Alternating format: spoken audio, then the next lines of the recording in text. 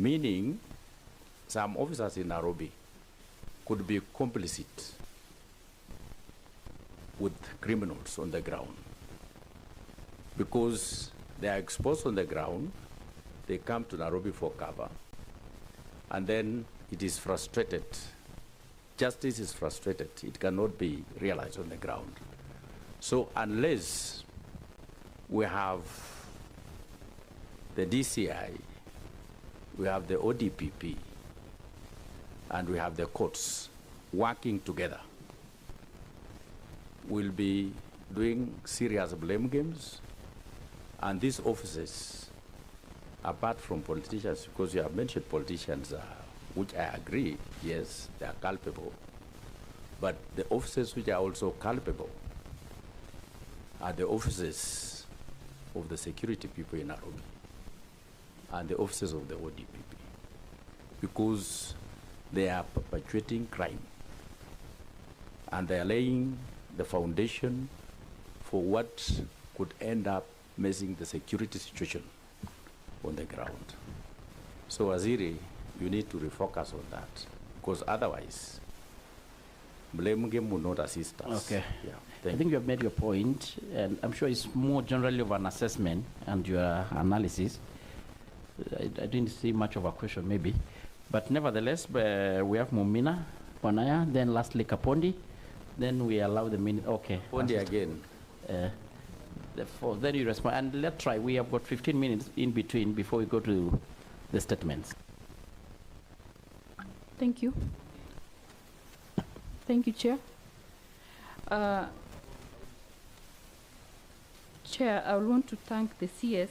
Ask because considering our number, and we still have the other issue of responding to the statements, statements rather. Let's be precise to the point. If it is a comment, fine. Actually, I would rather ask just question, not comments, not, so that we can accommodate the rest of us. So I have a question, Chair, but I want to thank the CS for the presence we've had in our county in terms of his visits to address issues that are coming up there when it comes to banditry and cattle rustling. And without looking like I want to conflict his report in terms of making progress, there's an issue, CS, I want to understand. While we have operation going on actively, we still get attacks, and banditry and cattle rustling are still happening. What do you make of that? Does it mean the cattle rustlers are not scared of the machinery and the government, especially where you've already declared operation in an area? Thank you. That is Isiolo. Yeah, and Waziri, looking into your analysis, the issue of Isiolo, the issue of the criminal gangs is not really clearly stated, and I'm sure it's a big, big problem, the drug, the criminal gangs. The Speaker, I was told, just to be on record, recently the Speaker of Senate went to Isiolo for fundraise with a few members. I'm sure you have the information. They were almost, they almost failed to access the airport for almost 1 hour. And the police were ready to fight with the gangs. So that is how the situation is bad. So thank you, Chair. Chair, my question is on the issue of criminal gangs and the goons, particularly the political goons.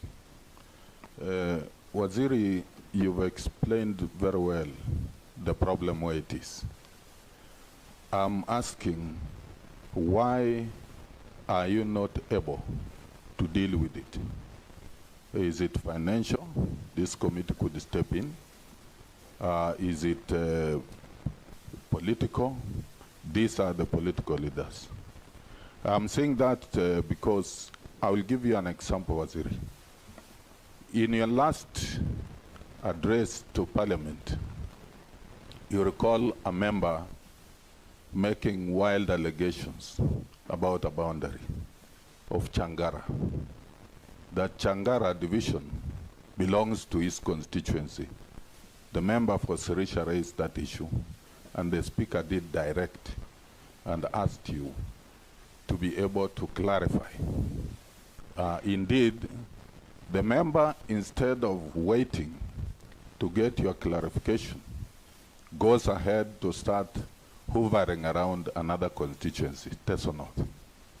And you are aware, Waziri, I did come to your office. I wanted to follow the law. Now, delay to act on this brings a gap. And the gap is, Waziri, where these formal institutions fail to act, definitely informal institutions come in, and particularly on Gunism, where maybe a political leader feels insecure in an area. And I'm sure our chair, who is the incoming governor of Narok, Your question upon the... is aware Yeah. when he's threatened, he will want to come with what we call, you rightly called, these are people who will protect.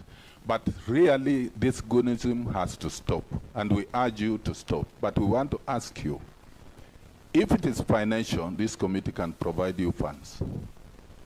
And if it is non-financial, and I agree with Honorable Kapondi, that there are some things you only need to make a decision and act.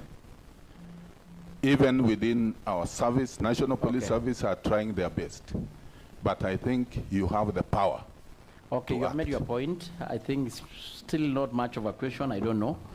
Umi, please, I will urge you, because you all know, everybody wants to speak here. We have not even gone to phase 2. Go to the point, to the question. If it is a comment, we can press it maybe for another time. So Umi, then Karoli, then we will respond when Waziri. Thank you, Chair. Thank you, Chair. My question would be with regards to the report on hotspot in high-risk areas. Dadaab, Lugo, Fafi has been highlighted. And I think maybe, Waziri, you need to realize that this is also a transport issue, because once you are able to tarmac the roads in these areas, IEDs cannot be planted. So roads in these areas is no longer a luxury. It's also a security issue, because it creates a ripple effect. In Hulugo, a teacher was shot inside his home. What happened after that? And until today, we don't have teachers in Hulugo. It's a security issue, but it's also the transport access, because security cannot access these roads without the risk of our officers being blown up. Then we are having families in the office, in the police lineup also losing their loved ones. So it's a ripple effect situation where one thing leads to another. The community suffers lack of education, lack of teachers. On the other hand, the police look at the community as a threat, because there's a mistrust between the two. So I would want you to capture that in this report and see how we can be able to address it. And the second issue is that gangs are also in Garissa. The report did not capture that. Waziri, when you're in Garissa, you got that report directly from the community. I remember the youth had raised that mothers are unable to go to the market because of border gangs. Thank you. Thank you so much, Karoli. Thank you very much. And straight to the question. Thank you, precisely. Senior Counsel. Very, very well, sir. Honorable Minister, could you please explain to us why or whether you have asked for investigations about the group that on the 21st of February 2026 surrounded Kisumu Airport with crude weapons at the roundabout, an international airport, and a highway that connects two countries, and stayed there for several hours. I personally was able to get through in a construction truck, and I saw them with my own eyes. Why, whether you've conducted investigations, who are these people, what was their aim, what was the purpose, and what has been the outcome of those investigations. Secondly, on 8th April 2026, Senator Honorable Geoffrey Osorsi was attacked in Kisumu by about 17 goons. 3 of them have since presented themselves to the police, not arrested, presented themselves. I believe there's a sufficient technology to identify the 17 who were captured on CCTV cameras. Why have they not been arrested up to now? And finally, on 26th April 2026, there's going to be a rally in Kisumu. Could you give us, as Linda Mwananchi, the assurance that the state will provide sufficient security and not be part of the previous disorder that we have seen in our rallies. Okay. Thank you. Thank you. But on Ososi, I think we had the response. And even Karoli, you contributed so much on the same. So maybe just follow up to the same, but we got a response. But as you respond, Waziri, just want to add one thing. As we are continuing on this, in this place right now, there is some kind of unrest in town regarding the protest on the fuel prices. Maybe you can also give the country a little bit update on the country's security situation.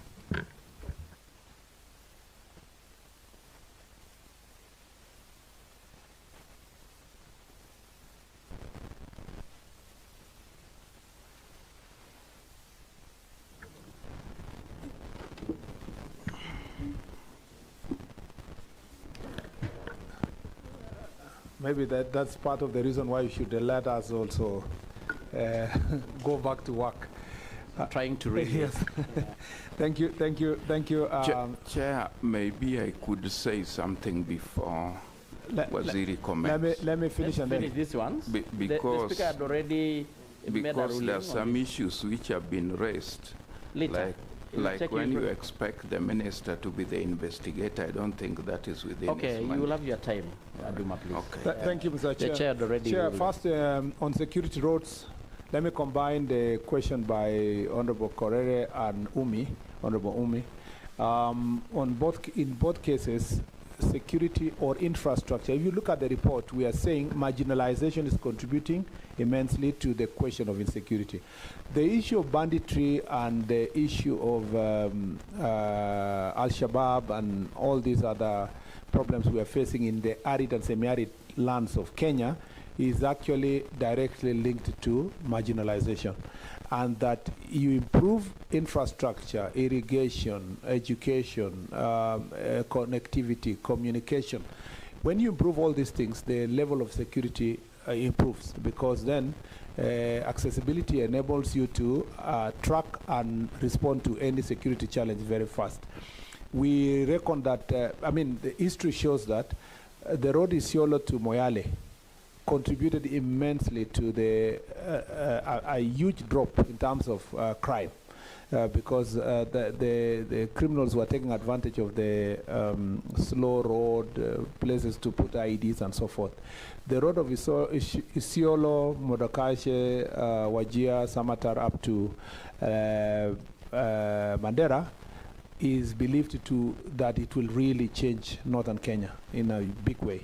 And so the same to Garissa Liboi, and the same to the road from Lamu Ijara. If you see that the criminal gangs are targeting those roads, it's because they know, not criminal gangs but terrorists are targeting those roads, is because they know that as soon as the road is done, they will not have the advantage of planting IEDs, and then the vehicles can move at a better speed and the security can respond very fast. In fact, His Excellency the President has been planning to do now, or he's planning to do airports. The airport in Mandera, the one in Elwak, and the Garissa was done recently.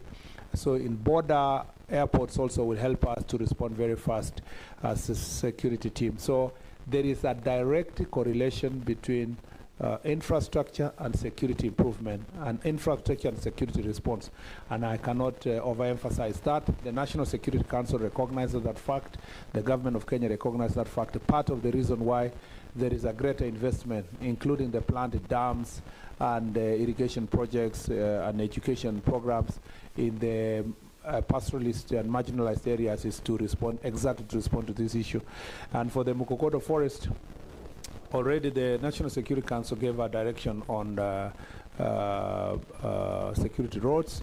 1 billion shillings was set aside, provided for in the budget. It's with the Ministry of Roads, and we're working together with the Ministry of Roads to see part of the roads include Mukokodo forest roads, how they can be implemented either by KERA or use KDF to help us, especially in these very difficult places like Mukokodo Forest, where access is a big issue.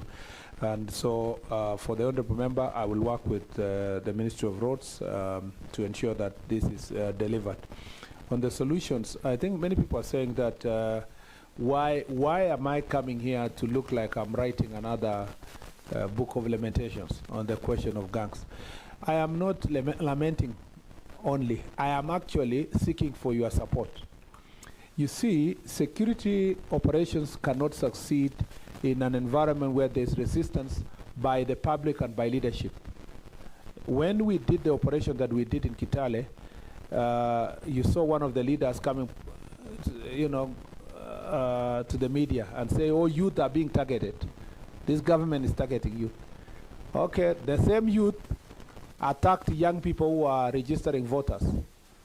So we need public support, because where there is interference, leaders play a significant role, and they are powerful and important. Leaders can mobilize 10,000, 20,000 people. There is no amount of police officers in a rural county that can defend public institutions or individuals against mobilize 10,000, 20,000 people. So I have said it, and I want to repeat that irresponsible leaders are the greatest threat to national security. That is period. And using such platforms to raise the level of awareness and ask for national consensus, conversation. I am happy that now there is a conversation. Everybody is crying about gangs. There was a time it was monopolized by a few leaders. Now it is owned by more leaders, and they are fighting with more leaders. So the whole place is chaotic. And the people who are causing those chaos are those in leadership. This is the right forum for me to raise the awareness. No amount of guns, bullets, tear gas can resolve this problem. Let me tell you, if you, a small county like Busia, not so small, if you are counting the number of police officers in that place, there are very few officers, and they are focused on police station, general duties, administrative work, and so forth. To have even a rapid response unit there, maybe one unit. To have, you can't even have there, you can't say you have enough GSU. So the first point of call when it comes to safety of the people is a society that has a consensus about living together in harmony, a dignified political discourse that focuses on issues, competition that is around issues. I must say that I'm very proud of my county. Not to say this here, but Elgeyo Marakwet is one of the counties that has no single criminal gang, no goons. It is the only county where, I was a senator just the other day, you can give a lift to your opponent. You're going together to a baraza. You talk, and you can even ask your opponent, nisaidia 5,000, kwa sababu wewe you are in office, na unaweza peana 50 kwa Harambee, nisaidia 5. People laugh after the campaigns and they go home. But in a number of counties, leaders cannot just come to church. Merely church function is impossible. You go to some church Harambes and you cannot even, someone cannot even be preached. Some characters who are drunk behind there are shouting, two-term this one, two-term the other one, one-term this one, one-term the other one. It's just unbelievable. So it will, I must emphasize, Chairman, it is not a policing issue. It should not be a gun issue. It should not be an enforcement issue. It's a question of good manners. Yeah, it's an issue of leadership, that the entire leadership must rise in one accord to accept that we need to bring order to our country. And that's why we are raising this issue here. Some leaders, and I agree with Honorable Kaunya, some leaders, their only claim to leadership is actually eliminating his opponents. Making it impossible for any opponent to come in. And they are proudly going around saying, this is the deterrent measures are put in place. Nobody can address a meeting in my other one, because he has beaten all the other people, he has harassed them, he sent goons. Those leaders, if today we were successful, and we are attempting, we are working hard to do so, to arrest all his people,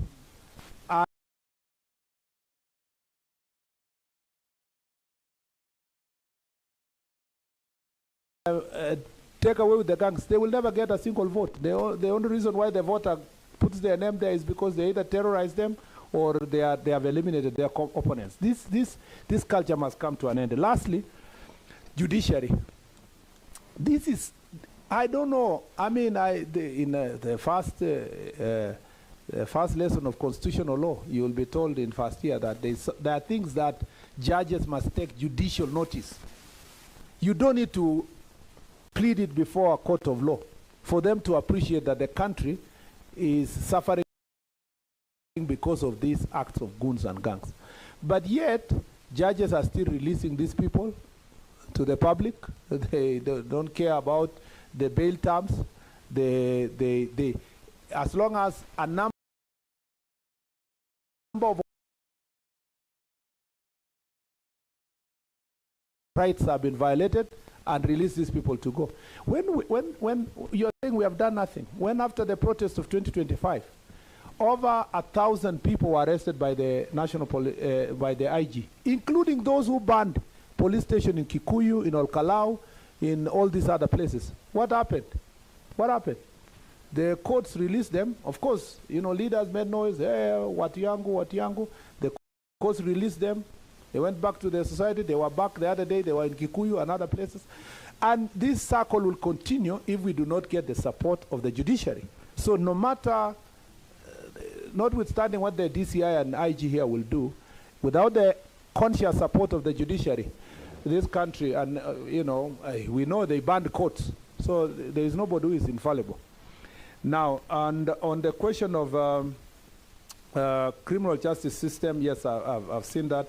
Interference from Syria Command, it is true. During Jukwaa la Usalama, most of the police officers were saying that you carry out serious enforcement, a phone call comes from Nairobi, you are transferred. Okay? You are either transferred, or you are warned, or you are asked to release people. So the IG is also under pressure from all of us, including yourselves, including all of us, executive, yourself, judiciary, big people, business people, billionaires, and so forth. Always saying, "Iyo ni mtu yangu, wachilia ule, fanya hiyo." We need to allow the National Police Service to do its work independently. And we agreed that with the IG that whatever, you know, and the IG has said it publicly that he will not interfere with the work that is done by his officers on the ground, except if the complaint is that the officers are corrupt and there is need to remedy the situation because of security concerns. So political interference and other kind of interference also is common, and I cannot deny that sometimes even senior police officers and senior executive members and senior parliamentary leaders occasion this, and it's something that we must deal with continuously. Somebody has asked why attacks are happening on operation. Yes, in Isiolo. You know, I don't need, because you are a local there, and I also come from the same region, I don't need to emphasize to you that the problem we are dealing with is not, this is a systemic issue, historical, and embedded in the society for a very long time. In the past, they have seen cases of operations where police come, they fight police, they run away, they fear, or they do this. In some cases where we've been successful, like the areas that I've explained to you, it was also like that. In 2025, by mid-2025, which was last year, in Elgeyo Marakwet, including Marakwet East, where I come from, the police were still attacking people, including they killed a priest when the operation was going on. But the police sustained that operation. Eventually they surrendered, and that's why we collected over 500 guns. So what we should be asking ourselves about the Isiolo and this and Meru and also Samburu side is, and I think you are right on this one, and Honorable Sarah Korere was right, sustained operations. Because if you cut a snake's tail and leave it to wander around, it will attack more people. So I agree with you that the operation should just be sustained until the end. It's also very sad. You saw the pictures of the ones that were got and killed and whatever, and you saw they are very young people, 17, 18, 19. You pity the ignorance that is in there. They feel powerful when they have that gun. Combined with young age, ignorance, and education, poverty, bad mentality, those people become emboldened to do things. And then hero worship and being encouraged and being told that you are fighting for your future. So, but if we sustain the operation the way we've done, I have no doubt that we will succeed. Why are we on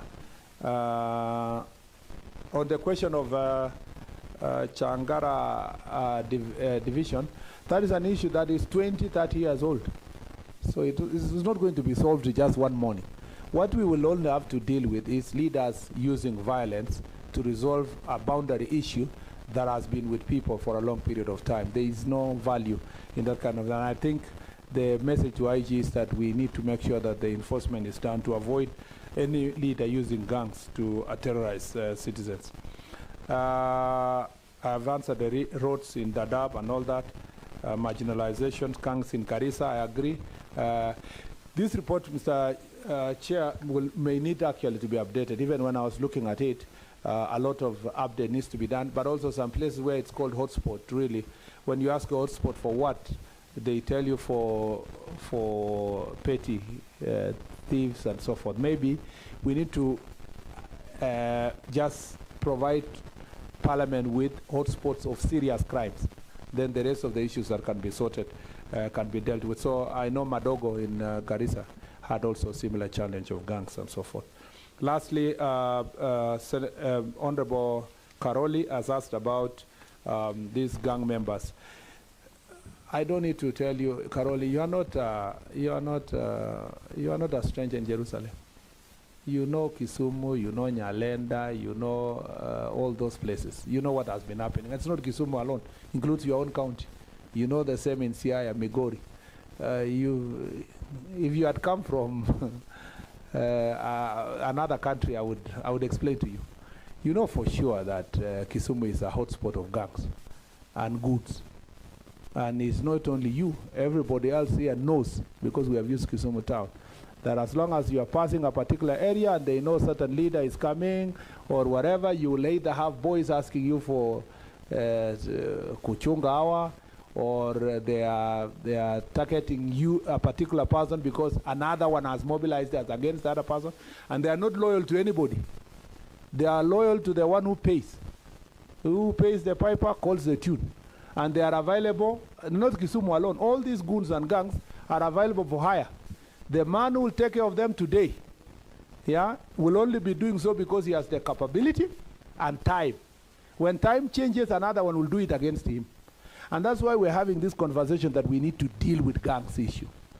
Now, what happened to the Osotsi issue?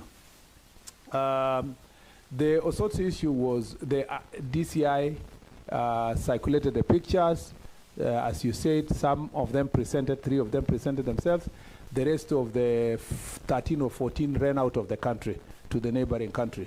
So, but the IG and the DCI are on them, working with the authorities in the neighboring country, and we will arrest all of them eventually. As soon as they step in this country, they will all be arrested. And I hope that will be the first example to show that violence doesn't pay. But then, why? The other question, why goons and gangs thrive, is because the line is very thin, very thin. There is a thin line between a criminal and political supporters. And political supporters who are criminals when they are committing crime and when they are just present themselves as supporters. Now tomorrow, including you when you go for the rally on Sunday, can you for sure tell this house that you will not mobilize criminals to accompany you to the rally? You cannot say with certainty because, you can't say with certainty because you are already, even now in your mobilization preparation, now you are saying vijana wetu ya kutoka wapi, vijana kutoka wapi, your supporters, some people you are mobilizing people from Nairobi, your others mobilizing from Kakamega, others are from Luanda, we know them. But you see, they are citizens of Kenya. Before they commit a crime, you cannot say, I arrest them preemptively. Because sometimes they come empty-handed, reaching there, somebody supplies rungus and so forth. This issue can only be sorted, not by the police, because the numbers you are intending to have in that city are many, and they're also your opponents who are coming there to shout, as you shout one time, another one is shouting one time to you also yourself, or to, 2 times to another person. then the police are being expected to stop people from saying 2-term or 1-term. It's a very difficult job. This is, in fact, I almost suggested that we might need actually a national convention of leaders sitting down and saying, my brother, let's just agree to do civilized campaign. Let's not incentivize young people for gangs, because until the moment something erupts inside the rally, the police officer will never have known that this is a gang. Sometimes we are accused, and I've seen police being accused that they are working hand in hand with the goons and whatever. Before anything erupts, you'll never know this one is a goon, you know? Okay, look at the case of Nairobi during Maandamano. Watchmen, business people, prepare themselves for the Maandamano. So what do? They put watchmen around their businesses, business shops, and then give them that karungu. Say, okay, you take care of the whatever. On a normal day, a watchman, nobody has a problem with. So when the police are now doing the operation and a watchman is standing on the door, what would the media do? They take pictures and say, you see, those are the goons being protected by the police, working hand in hand with the police. Those are the complications that sometimes never get explained. But I can tell you from the bottom of my heart, from where I stand, I abhor any kind of goons and gangs. And we are trying our best, and I know the heart of the Inspector General of Police, we are trying our best under difficult circumstances with a police force that is also, we have not recruited people in the last many years. We are very excited about this 10,000 recruits recently who are graduating in October, and I mean end of August, September, and we are waiting with bated breath to have them so that they can bolster the numbers, and we should be ready for the elections. I thank you, Mr. Chair. Thank you so much. And members, I will ask that we go to the phase 2. Chair, just a short clarification, Chair. Just a minute. It's already midday, and we still have 14 questions that the minister needs response to. So kindly, I will ask, maybe probably we can, the minister is still available. He will still be around if we need. Actually, on the issue of the gang, maybe I don't know whether I need to inform too. I'm aware of a meeting that took place last month with the entire IG and their team, actually discussing and looking into the interventions of mitigating the issue of gangs in the country. I'm sure maybe it's pressure of time or part of your strategy not to disclose that. Chair, mine is not a statement, no a question. I know, I want to move to, I will ask you, Balosi, because of the members, I will tell you, because I know, what is Kapondi, please? Chair, just a short clarification. I just wanted to ask Waziri, on the issue of Changara, do you have a formal response to what the Speaker asked you to? Not yet, Mr. Chairman, because of the complications that come. Because he had said we go and sort it and then report. We haven't reached that stage because of the processes we need to follow. But maybe because maybe we agree that I can give you an updated progress report in a month's time. That should help in the process through the Speaker. Maybe latest update on what is happening on the streets in the country in regards to the issue of the protest on the fuel? The country is calm, and Kenyans are going about their business peacefully. Of course, the police officers are on high alert to ensure that there are no criminal activities that take advantage of the statements that have recently been witnessed in the country. And should there be anything that is illegal, we have no issue with any legal demonstrations or picketing and so forth. Our focus is to ensure that law and order is observed, even as people exercise their constitutional rights across the country. So far, the country is calm. Thank you. Balosi, what is it, please? Because I will really implore that we go to the... It's okay. Thank you so much. Thank you for understanding. Nothing, Kaunya, please. We need to move to the other. So, Waziri, on the issue of the phase 2, I don't know whether you call phase 2 or round 2, we have got 14 questions from majority of members seated in the House. And I don't know, because I think we did agree that we start with the members who had shown up for those who have not, and the responses are ready, we can also have them table it on the House, because it's also the property of the House. And I think based on what we have agreed or discussed, we take maybe those members who are here, and those of maybe largely national interest. And I don't know your discretion. I know there is a big issue on the issue from the Professor Guyo Jaldesa on the issue of establishment of multi-agency. Then, of course, there is also an issue regarding security in Samburu. I think there are so many in the House, plus their counterparts, the Meru. Then there is also the issue request for statement regarding the status into the murder of Miss Brigidi Njogi being sought by Honorable Machua Waithaka. And maybe those are to us. Then request for statement regarding abduction of residents. I think this was responded to on Garissa County. And of course, Mombasa Raha and Kakuta, the issue of the Kitengela. Okay, Nyenze, what was yours? Sorry? Motor vehicle, the very, it's a very simple one. If with your permission, Chair, to save time. I'm saying it's an easy one. It's a straightforward one. That's what I've said. Chairman, with your permission, so that we save time, let me run through these questions without reading word by word, because already the statements have been submitted to the members. So I will emphasize the areas of greater concern, starting with the first, which was from statement, abduction of residents Uluho sub-county. Is that by Honorable Humi, I think? So I'll say, I don't want to reproduce the statement, but regarding the whereabouts of Mr. Mohamed Yaro, on 12 February 2026 at about 9:35 hours, Mr. Marian Aden reported that at Ulugo police station that her husband Mohamed Yaro has been missing since 6 February 2026. The matter was booked and a missing person signal was circulated to all police stations across the country. Investigation commenced immediately under inquiry number that of the DCI in Ulugo. However, on 7th March 2026, Mr. Ibrahim Kuso Hassan and Mr. Abdul Shakur Mohammed reported that the missing person had been found on 2nd March 2026 in Minjila area within Tana River County and had since been returned to his residence in Ulugo Township. Police officer verified his presence at his residence. Arrangements are underway to record his statement once he's medically stable. Mr. Mohammed is therefore not in the custody of any state agency. He is currently in his residence in Ulugo.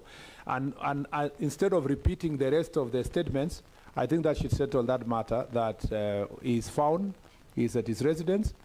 Further statements will be now taken to determine why exactly he was found somewhere in Tana River. And I think the honourable member should concede that we should leave it there. The last part of it is safeguards in place to prevent abductions, arbitrary arrest, and forced disappearance. And I think that's an interest of more members, including Professor, because this is the statement now that captures the essence of dealing with this issue of abductions. I just want to say, Chair, in brief, that under this administration, there have been, where cases of abductions have been reported, a number of cases we have established that person was, they were found, in one case there were a mental health issue, another one was a person who had crossed the border for personal reasons to Somalia. Now in this case somebody was found in Tana River and so forth. So we are happy every time cases are raised like this and the DCI is able to establish the whereabouts of that person. Of course there are cases where we are still investigating to find out where they are. But there have also been very political cases where people abduct themselves, you know, that the case of a member of parliament, there's a case of a former minister. So these cases are also becoming rampant. There was a case of a young man, and if you want to understand how the judiciary is very unfair to DCI, there was a young man during the protest who was reported by family to have been abducted. And then the judge was so harsh on the part of the DCI And then that person it was established that he was enjoying his life with his friends. The judge has never apologized to the National Police Service or the DCI. He instead shielded that young man and protected him from accountability. What does that mean? It means that in future, nobody will take seriously cases of abduction, because even where there is real abduction, nobody will take seriously because the judiciary is playing around with serious matter. That young man should have been held into account. The same way with these other politically organized abductions, if we really have to go forward as a nation. However, let me say that, Chair, the following safeguards have been put in place to deal with abductions, arbitrary arrest, and enforced disappearance. One, as per the Constitution, anyone who has been arrested by the police must be produced in court according to the Constitution within 24 hours. We have institutions meant to prevent abuse and accountability. That includes IPOA, Kenya National Commission on Human Rights, the Office of Director of Public Prosecution, Judiciary, among others, that will ensure accountability. We are also bound by international law, including International Covenant on Civil and Political Rights, Convention Against Torture, African Charter on Human and People's Rights, among others. Police officers are being trained also on these issues, including the current recruits. That suffices for question one. Question two for Honorable Guyo Lubo. No, Honorable. The abduction is for Mr. Guyo Lubo. The Member of Parliament for Isiolo County, has requested to be apprised for abduction of Mr. Guyo Lubo within Isiolo town. And I want to say that Abshiro Guyo Boru reported at Isiolo Police Station on 19 December 2025 that while in the company of victim of Merti near Kina Stage in Isiolo town, they were preparing to travel to Ramu in Mandera to purchase goods when a white Toyota Probox motor vehicle bearing KDT registration prefix and carrying 3 occupants approached them. 2 of the occupants alighted, forcibly restrained Mr. Guyo Lubo, bundled him into the vehicle and sped off. The incident occurred very swiftly, preventing the complainant from capturing the full registration details. Members of the public did not intervene due to the speed of which the incident occurred. Investigation commenced immediately. The scene was visited and documented, complaint recorded, his statement recorded statement. Efforts to identify additional witnesses have not yielded results yet. Efforts also to obtain CCTV footage have been unsuccessful. The DCI is investigating 6 mobile numbers, including that of the victim analysis, and preliminary findings indicate that only 2 calls were made after the incident, and analysis of associated contacts is ongoing. Measures being taken to establish the whereabouts of Mr. Lubo. The DCI is investigating and doing forensic analysis, including the call data records. All necessary resources are being deployed to do so. What do we do to, in such cases, to communicate with the family?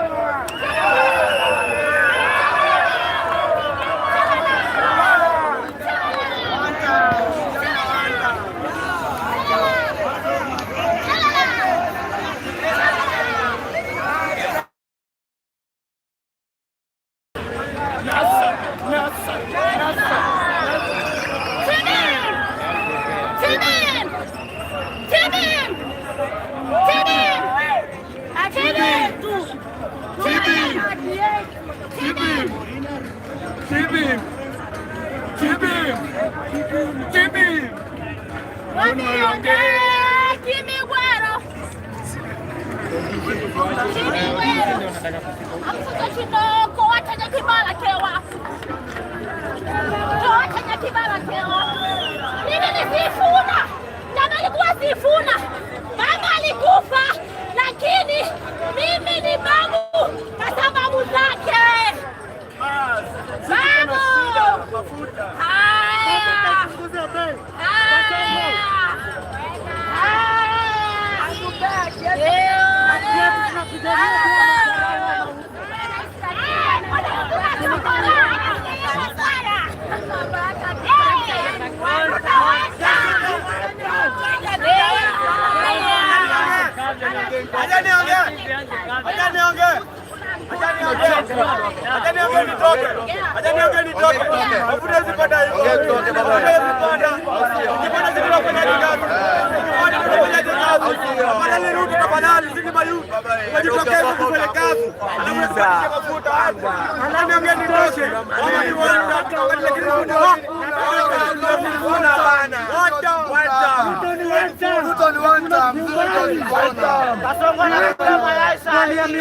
Tunashinda makarau kununua.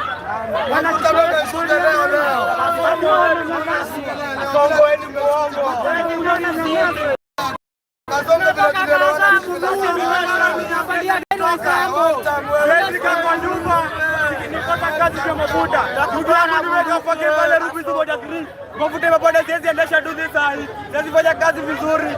Mafuta imepanda, vitu zinapanda. Vitu zikipanda pia mshahara pia pande. Sasa yote tunakata lunch ni pale. Lunch pia sisi tunakula mayai na mkate. Sisi tunafaa kushuka. Kama wataki tuendelee hivi. Watupee kazi. Tufanye. Kama mimi sasa niko na mtoto wa form 1 na sina kazi ya kufanya na mpamba kwa stage nipate chakula. Na kama bali mtoto saa hii shule inaenda shule ikienda kufunguliwa nitapata wapi ya kusomesha mtoto? Ni wanu nini? Wanu tano.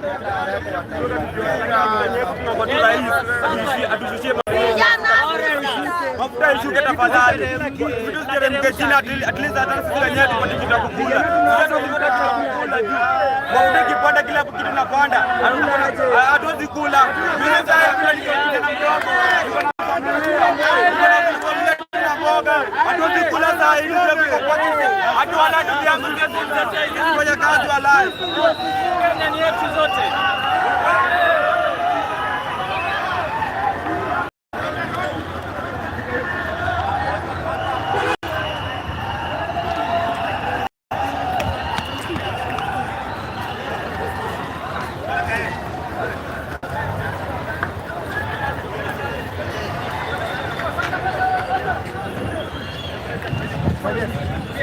Peleke kwa gari.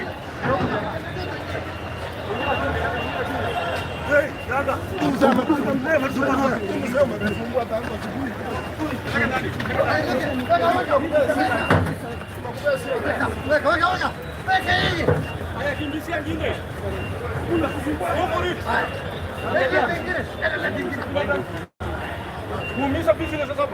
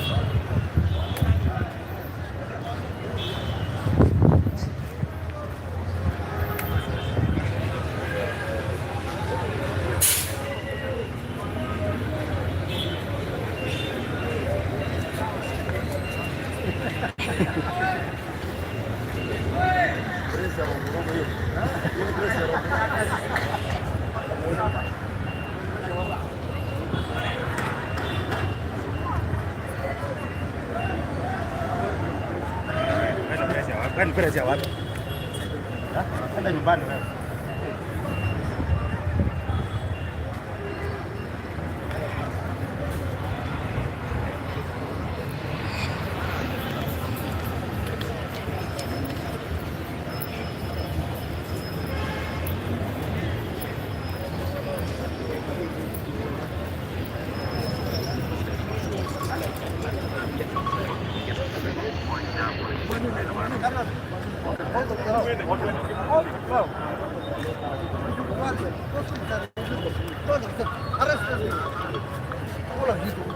kama hiyo. Hatutakubali lawlessness. Sasa ni nini?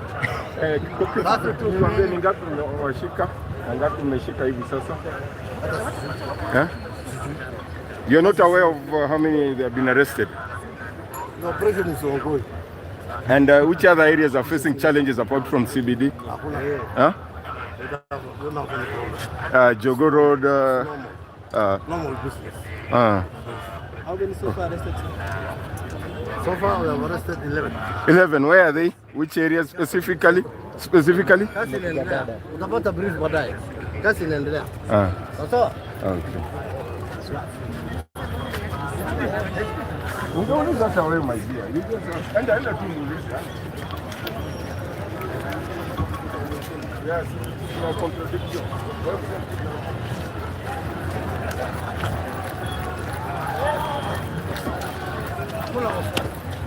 Everything is going on well. Business is going on well. Saidi. Hali inaendelea vizuri, biashara inaendelea vizuri, hamna matata hata kidogo. Tuko. Na pengine maeneo mengine ya katikati mwa jiji yanaendelea na maana sio halali, ya haramu. Kwa hivyo tukadili naye. Anybody? Sasa ni wizi sasa, ni kafara. Unakimbia unaona hiyo ni kafara hiyo. Everything is okay. Tuko hapa, tutoke hapa. Wala tuko chuo. Inji lazima ilindwe. Hapo sawa mkubwa.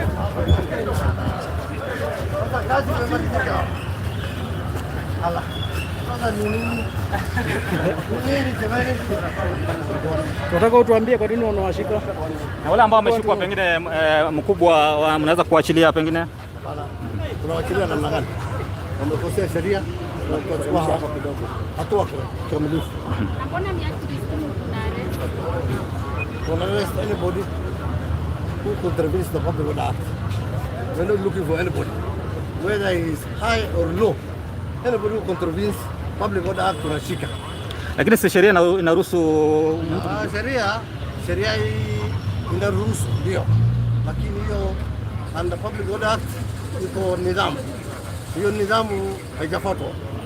So long as that nidhamu haijafuatwa, we'll deal with you. Hiyo tu. Hakuna story nyingine.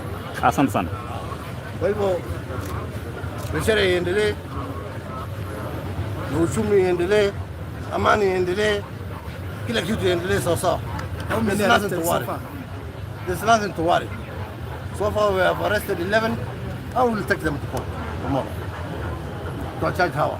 Hakuna story nyingine. Wachana watu wachache ambao wanasaidia wengine ambao wanaandamana. Wachana, but you can see 98% of the businesses are on and we are witness to that. Upende nchi yenu hata nyinyi. Hata yenu kulete taharuki hata nyinyi. Don't bring fear. Why are you bringing fear? There's no fear. Everything is good. Hata nyinyi wote wa habari lazima upende nchi yenu. Bure kabisa. Toka.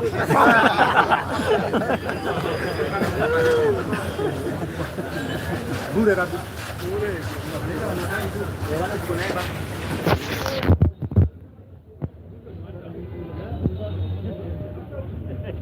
Bure kabisa nyinyi.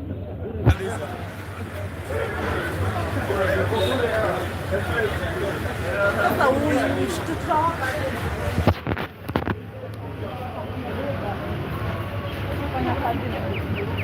Umeamua kumfuata kabisa. Au kumfuata, umeamua kumfuata kabisa.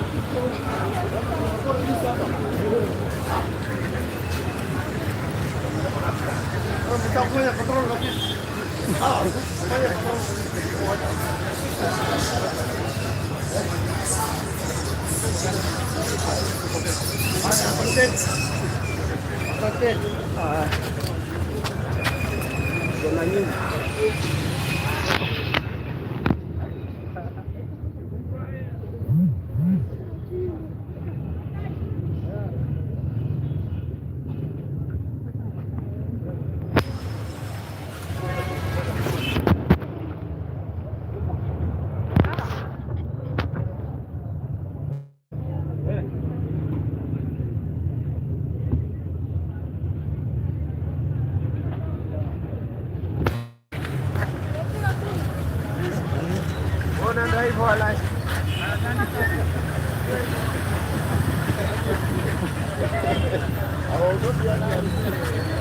Hey, noma mtu wangu.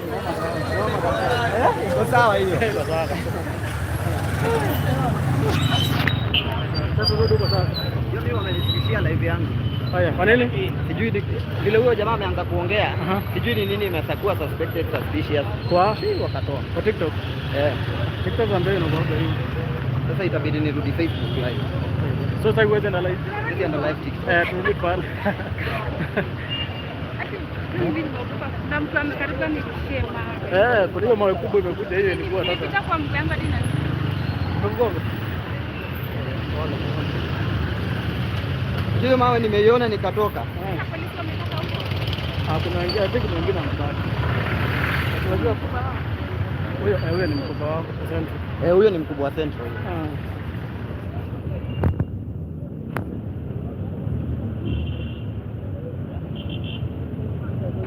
Lakini leo ni kama hakutakuwa serious maandamano. Unajua kuna mmoja anakuambia hakuna hawata kutupatia gas. Hawataki kutumba. Ni kama waliambiwa hivyo.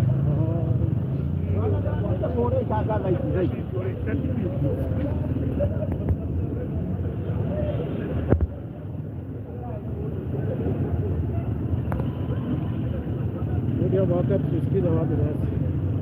Polisi.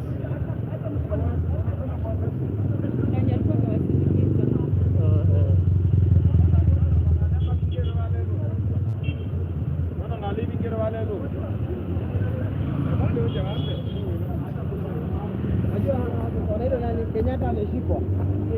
Ameshikwa Kenyatta wewe. Kenyatta alishikwa wewe mzee alishikiwa pale. Na siku capture.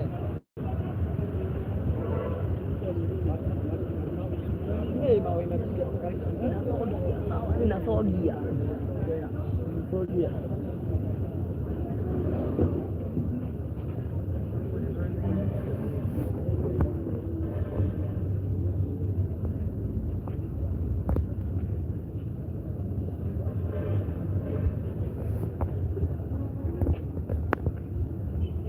Citizen life. Watoto Joroge. Naona watu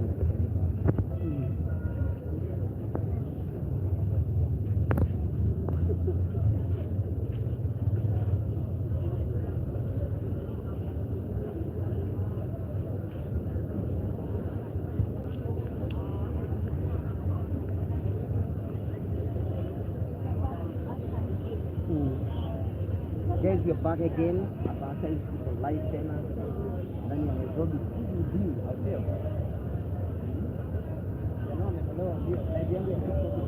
I don't know what.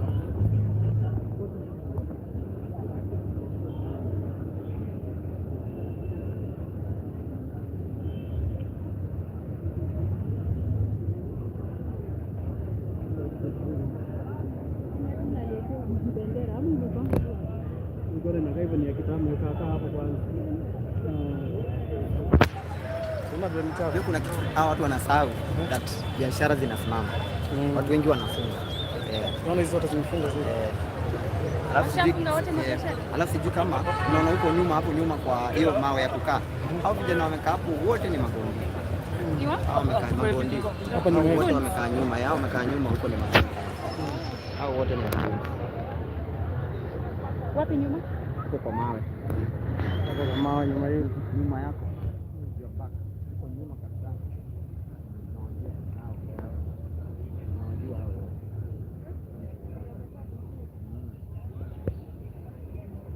Mambo ni live nani anaelewa?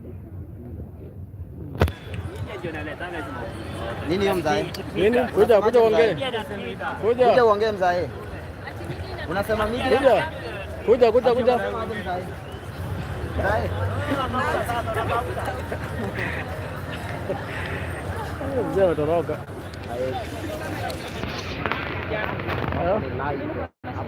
Unataka kuongea? Kwa biashara? Mimi niko kwa biashara sio nichukue.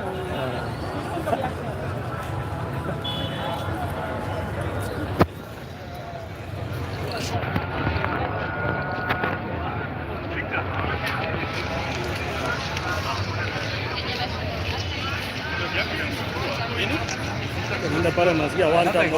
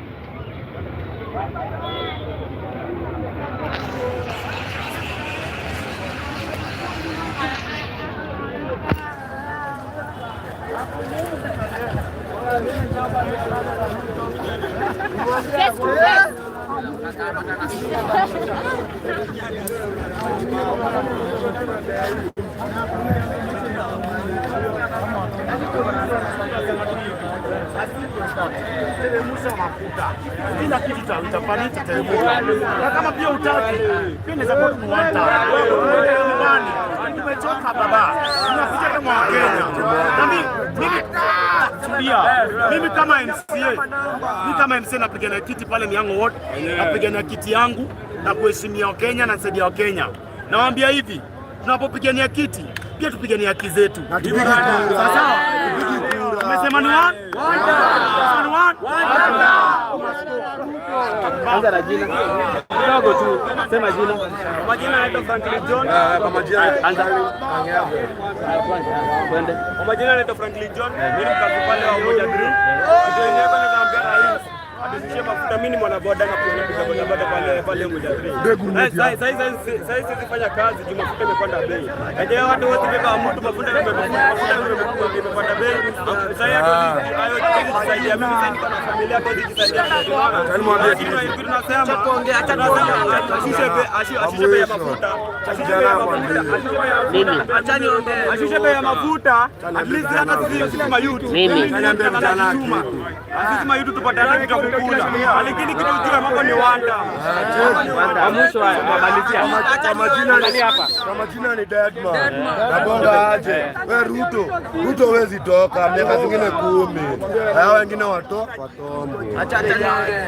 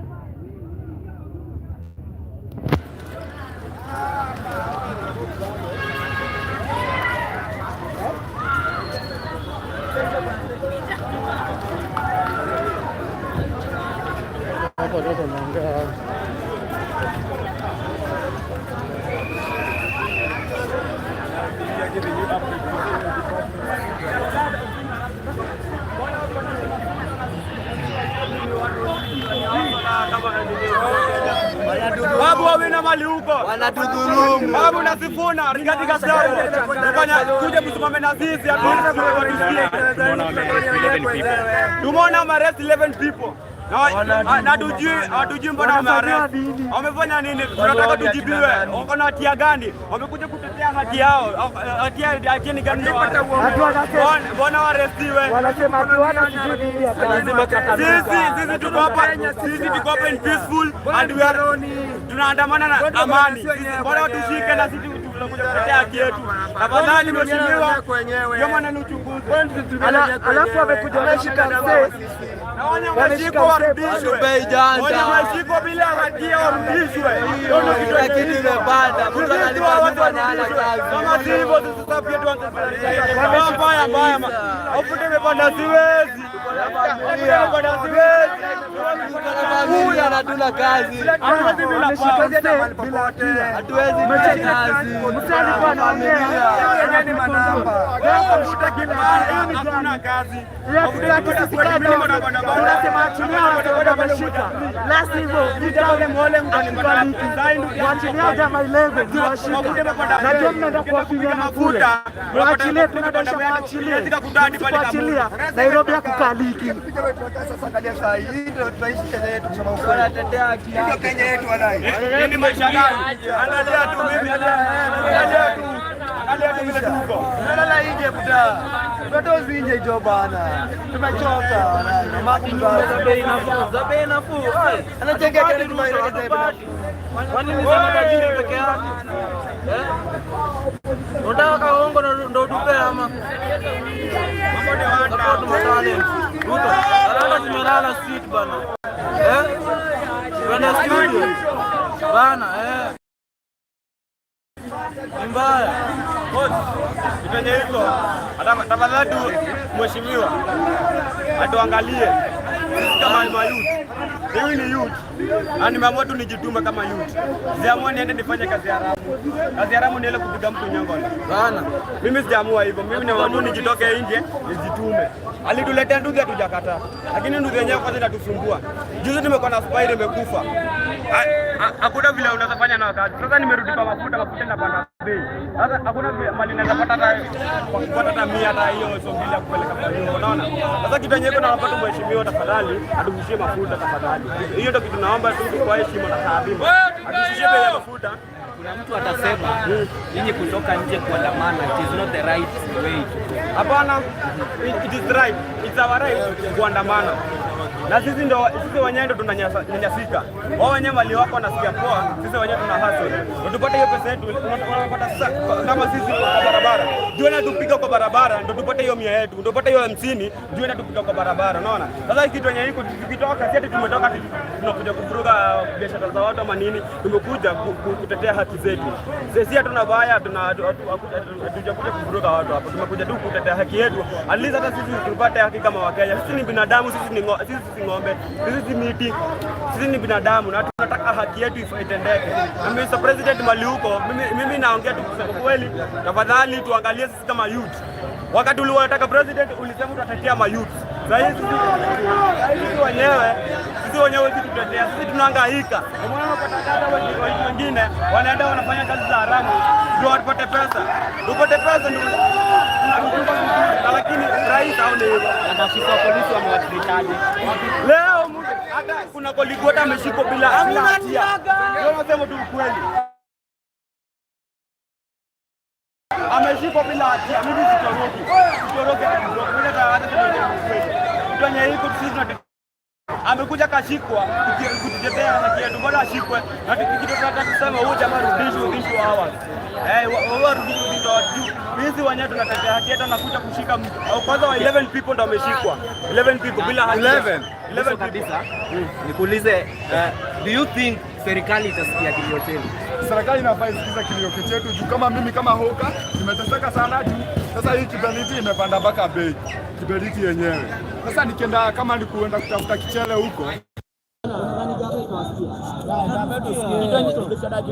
Kitu yenye iko gavana inafaa kutusikia. Gavana inafaa tusikie juu sisi ndo tuliwapeleka huko kwa hiyo kiti, ndio wapate hiyo kiti, ni sisi ndo tulifanya wakapata hiyo kiti. Sasa wanafaa wasikie kilio chetu kama sisi wa Kenya. Sasa tukilia wao nini wafanye kitu tafadhali. Hiyo ni kitu kusema tu kweli. Tafadhali wasikie tu kilio chetu sisi kama wa Kenya. Sisi wa Kenya tunanyanyasika kusema tu kweli. Kusema tu kweli tunanyanyasika. Na tafadhali president government tafadhali sikiza kilio wa Kenya. Wa Kenya wanalia sana. Si vizuri shosha kilia anatoa machozi ati ananyanyasika kwa Kenya. Hata wewe mwenye uko hapo kwa kiti huwezi kuwa na amani. Hiyo kitu tunasema tu kweli. Let me reveal it. Hata niseme tu kweli. Nisifiche. Shosha kilia hiyo ni laana. Nimemaliza mimi. Mimi kijana anatembea. Nimetoka huko, hata mimi driver. Nimekuja hivi, nimekuja hapa sasa. Nimenunua mafuta pale pale. Mimi kama Linda Mwananchi, ODM Linda Mwananchi, mimi nasema hivi. Sisi kama wa Kenya lazima tutasimama na msimamo wetu. Maandamano lazima tutafanya, hata wapinga wakatae, lazima maandamano itafanyika. Hii ni ODM ya Linda Mwananchi. Sasa sisi tunasema kama ni haki yetu waache, hatuna vurugu na mtu. Sisi ni maandamano kwa amani. Vurugu tuliwacha miaka enye ilipita, enye genzi wetu walikufa wengi. Sasa kama mimi kijana anatembea natoka Trans Nzoia na Edwin Sifuna na Babu Owino na Rigathi Gachagua na Didi Nyoro, hao ndio bado tunapigania hao mpaka watakuwa wakuwe serikali ya 2027. William Ruto na upuzi yake na serikali yote nyumbani. Team Sifuna. Kama sisi hapa ndio Team Sifuna. Kama jina najiita fine kijana ya mdogo. Asante sana kumuita pusi. Kabisa. Asante sana kuita huyo Zakayo pusi juu amechokesha Kenya. Yeye ni pusi. Ni mbaya.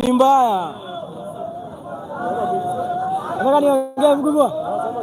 Sasa mimi naomba hivi, president ashukisha mafuta kwa sababu ya kwamba mimi nimetoka Kasarani mguu mpaka Roysambo, nikakuja kupandia gari Roysambo ili nipate at least kitu naweza kula town. Saa hii maisha imepanda. Hao wote unaona hapa wanalia, hawana kitu, wenyewe hawana kazi na serikali hapa imeshika watu karibu 12 hapa. Nataka kujua kwamba hao watu 12 wamepeleka wapi na hakuna makosa wamefanya. Tunaandamania haki yetu sisi wenyewe wa Kenya. Sisi ndio wananchi. Tunasema ya kwamba pali popote ndio Sifuna yako Dende Nyoro, Rigathi Gachagua, tunawaomba mkuje kwa maandamano, tuende pamoja, tuende tukaribize pamoja. Mimi kijana nani? Kijana anatee. Nasema hivi.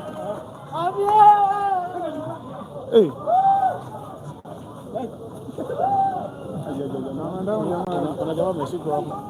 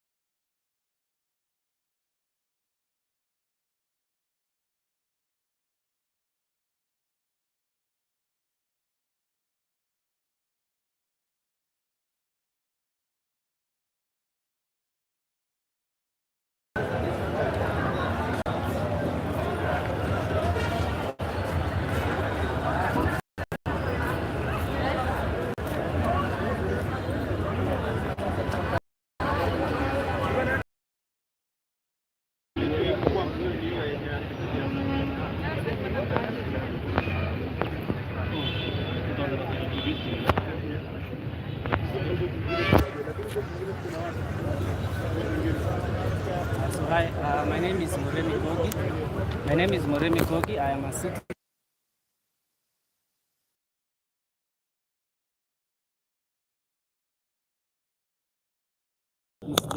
because it is not just about the fuel prices. Hawa watu wanatubeba, and kusema ukweli, they have been turning a deaf ear to our concerns.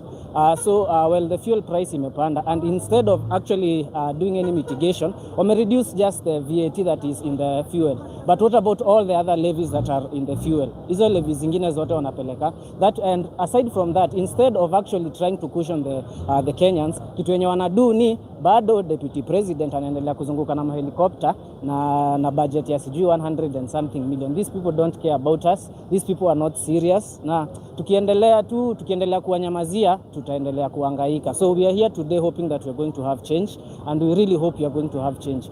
Tunaomba ikuwe maandamano ya mwisho, na ikiwa haitakuwa ya mwisho, tutaendelea kuandamana until the day we have the Kenya that we are trying to have. Yes.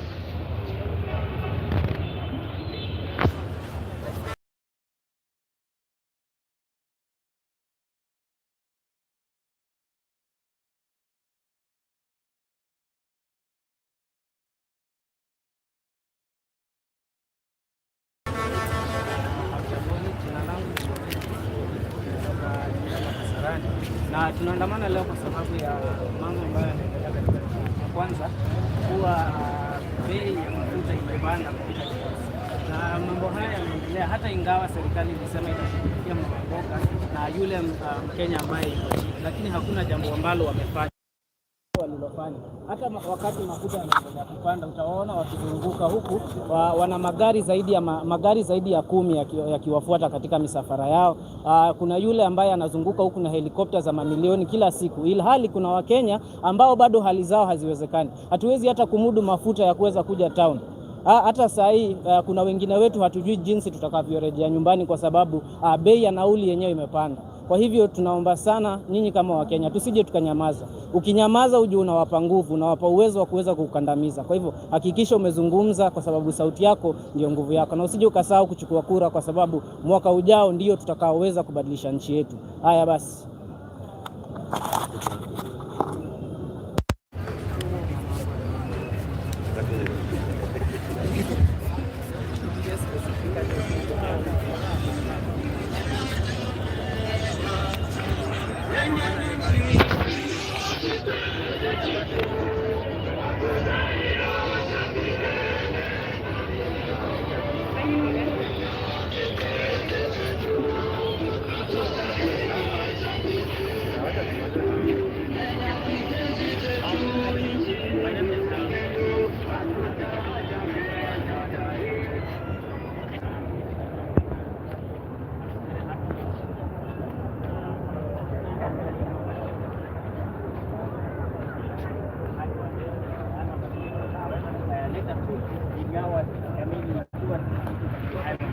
Mimi natafuta kiti cha ubunge kule upande wa Kiambu mahali naitwa.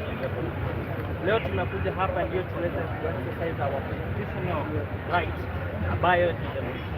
Lakini ile jambo tumeona hapa nataka tukemee sana. Hivi sasa ninapozungumza niko na karibu comrade ama rafiki zangu 7 wameweza kushikwa, wamewekwa kwa roli, hatujui wamepelekwa wapi. Hakuna crime au nini marafiki wangu waweza kufanya. Kina Alam, kina Colin, kina kama hakuna kitu. Hakuna crime wanaweza kufanya. Na sisi kama vijana tunataka tuwaambie nyinyi kina Kasongo na nyinyi mko nje. Tuko rada baya, tunajua ya kwamba kitu ambacho imefanya bei ya mafuta kuenda juu si eti ndio sababu tuko na vita kule upande wa East, ile vita ya USA, Israel versus Iran. Tunajua kwamba 80%, 90% yenye imefanya mafuta iweze kupanda is a Kenyan problem. Ndio mimi niambie kwa nini tuweze kuwa na 80 shillings ambayo ni tax inawekwa katika kila lita ya fuel. Na ukiangalia hiyo tax, ni ile tax inalutiwa, ni ile tax inakuwa planted each and every day. Sisi tuko rada baya. Tunajua kwamba hii kitu mnaita G2G framework, that is a profiteering machine for you people. Hapo ndio nyinyi mnamilikia wa Kenya. Na tunataka tuambie, tumepoteza 4.8 billion na mnakuja hapa kutuambia sijui Kenya is a middle income country, hawezi ukaikombea na country kama vile Tanzania, kama vile Uganda ama countries zingine. Tuko randa baya. Ukikombea Kenya na mafuta ya Egypt, tuseme tu tumesuspend our brain. Vile mnataka kusema Kenya is a middle income. Kombea Kenya na mafuta ambayo bei ya mafuta ambayo iko Egypt na kule kwingine. Utapata mafuta Egypt iko very cheaper, even 50% than that one of Kenya. Na ndio sababu tunasema hatuogopi kitu. Sisi tunajua sisi ni wa Kenya na hakuna Mkenya ambaye ni nusu. Wacheni tufanye mambo yetu, wacheni tu demonstrate, let us practice, let us exercise our constitutional right. Aju mahali mumefika, mahali Kasongo umefika, si lazima hata ufike 2027. Nataka niseme hivi hata bila kuogopa kitu yote. Si lazima Kasongo ufike 2027. Tuko na wewe na tuta make sure ya kwamba wale comrades mmeweza kuwaua hapa, tutaweza ku make sure justice imefanyika, na si lazima uende 2027. You must go. And this is the last one we are giving you. William Ruto, you are going home and we are not apologetic about that. Thank you. Nenda nyumbani. Tunajua hatuwezi mtoa sababu ako kwa nyumba yake, lakini lazima ataendelea kukonda. Atakonda hadi kichwa, hadi masikio, akonda hadi vidole. Hadi ukimwangalia hivi. Mimi naitwa Feminist Mlongo. Nimekuja hapa na taboli yangu imeandikwa Kenya. Mimi mwenyewe ni Mkenya. Hata kama wakati wa Maumau wazee walipigania haki, pia sisi wazee ndio walizaa sisi. Ndio sababu hiyo damu iko lazima pia sisi tupiganie haki. Kasongo. Sasa oboli yangu imekuja, afuata ameshachukua oboli yangu imeenda. Mimi mwenyewe sina gari, sina pikipiki, sina baiskeli. Lakini nafanyia ngapi? 150. Hiyo 150 anatumia fare ngapi? 80 bob. Sasa hiyo ni nini? Mkuru hadi kukula. Hadi Keroma hakuna. Hadi hakuna Keroma. Hakuna Keroma. Sasa utafanyia barabara ama utafanyia tumbo? Hata barabara watuleteni. Haki lazima itendeke na lazima mafuta ishukishwe. Sisi kama ni uko na hiyo kawaida, lazima mafuta ishuke. Na tunajua hatuwezi toa president kwa nyumba yake sababu nyumba yake anajua mahali kuna silaha. Tunajua hivyo, tunapigania tu haki, lakini mimi mwenyewe binafsi najua siwezi mtoa kwa nyumba yake sababu anajua mahali kuna silaha. Lakini lazima ataendelea kukonda asipo tii amri zetu. Watu wafanye. Atakonda kichwa. Na tunasema aje? Sisi hii maandamano ishi hapa. Tunasema siku ya Thursday tunarudi hapa kwa barabara. Tuhakikishe lazima mafuta ishuke. Na itashuka kwa upele. Na hakuna mtu tunapenda. Unanipeleka wapi? Siadi mahali kwa mimi nimefanya nini? Shika.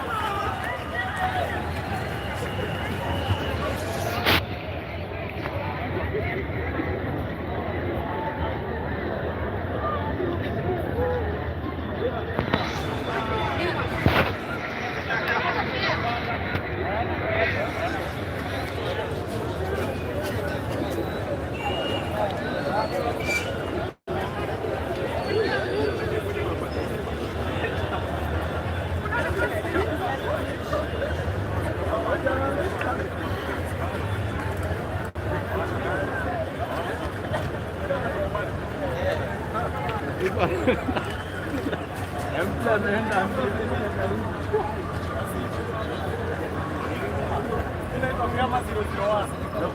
Na mimi si ati wa serikali. Wewe ni beneficiary kwa mimi na si ati nimepewa contract, nimepewa subcontract. Ninafanya kazi yangu vizuri. Kuna watu sana wamesomea uchef. Kuna vijana wamesomea uzoe. Kama mimi ni good. Good ni nini? Good ni nini? Oh, ni sura. Sura labda nikunze huko ndio nikuwe good. Mimi sura yangu inahusu kuwa good. Sasa wewe nini? Sasa vijana wajitume. Wewe ni ya mafuta na mafuta yako kawaida. Mimi mambo kama kawaida. Wani Ruto ni alienda Iran kurusha bomu huko. Na Kenya ndio imeshukisha mafuta kuliko hizo nchi zingine zote. Mwende design mwende Uganda. Mmoja president Tanzania wanauza Uganda. Tanzania wanauza 204. Na Uganda wanauza 203. Kenya inauza 196.7. Nakuru Nairobi Nakuru ni 196.6 petrol as for now. Na diesel inatoka 197 196 Nakuru. Huku Nairobi ni 198 197. Lakini wewe unaangalia dhamani ya shilingi. Tunaangalia upande wa biashara hapa. Dhamani ya shilingi ni tofauti. Ndio hiyo. Dhamani ya shilingi ni tofauti, lakini lazima tujue shillings na dola ime maintain. We are still trading at 130. Lakini kwa mataifa mengine hai maintain? Kwa mataifa gani? Mataifa mengine. Juu serikali yetu imeweza ku maintain hii maneno. Maintain kivipi? So usiku ya leo tuongelee mambo ya leo, si ndio? Tuko hapa juu ya maandamano ya mafuta. Imefanya nini? Imepanda. Wenye wameko hapa, nani unaona ako na gari? Vijana tukubali tujitume. Hakuna kitu kizuri.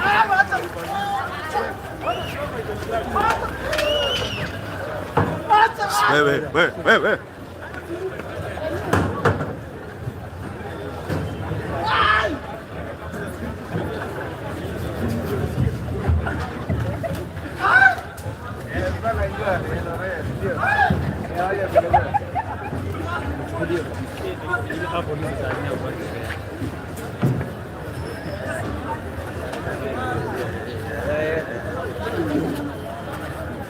Alikuwa na kuishi hapa.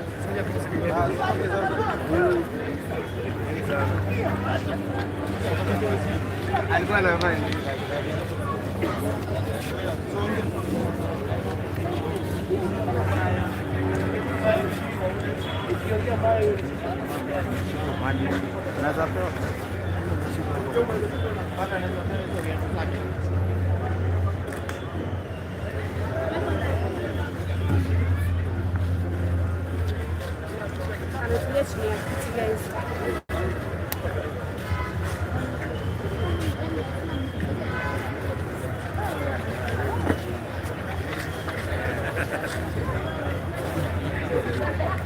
Siapa. Oye, watu wataka. Hiyo picha na huko mbali.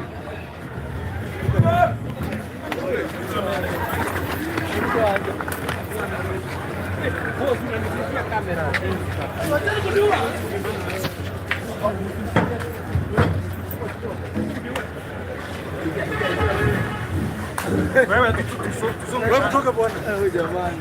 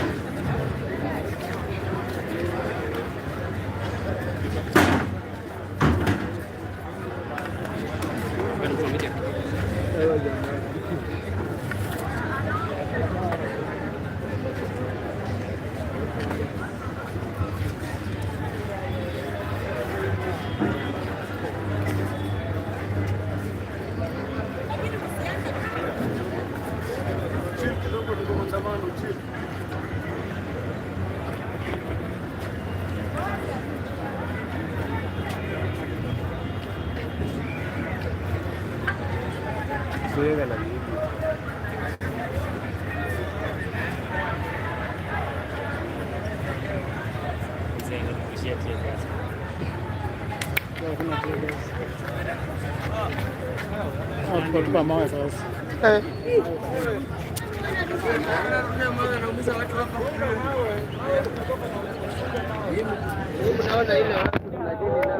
ni good. Usione kama unafurahia sana. Hii hapa tuko 50-50. Bila sisi hapa pia nyinyi hawezi kuwa na amani. Unajua wanachukua ile fare. Lakini mjue tunadili na watu. The intention sio kunini. They have other motives.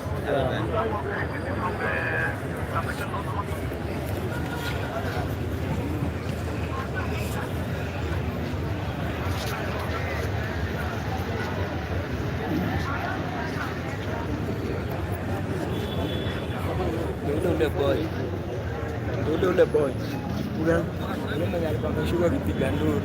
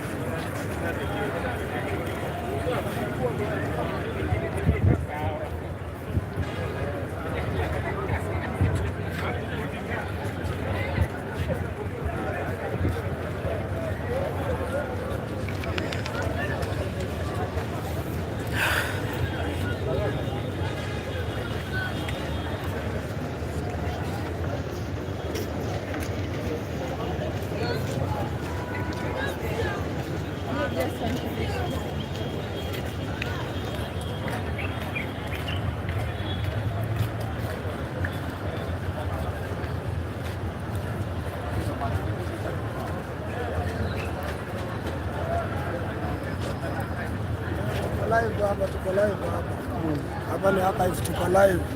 Naambia Kasongo ni one time. Na mafuta imeenda juu na kila kitu iko juu. Hatuko hapa kwa ubaya. Na Kasongo lazima lipishe vitu.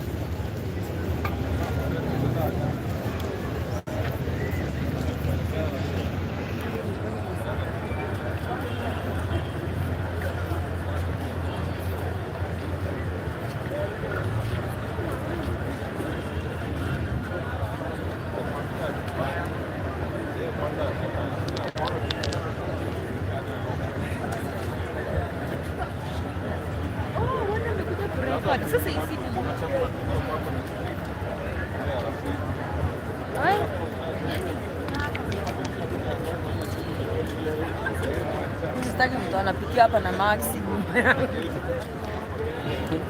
Wako kila manjane kana hivi.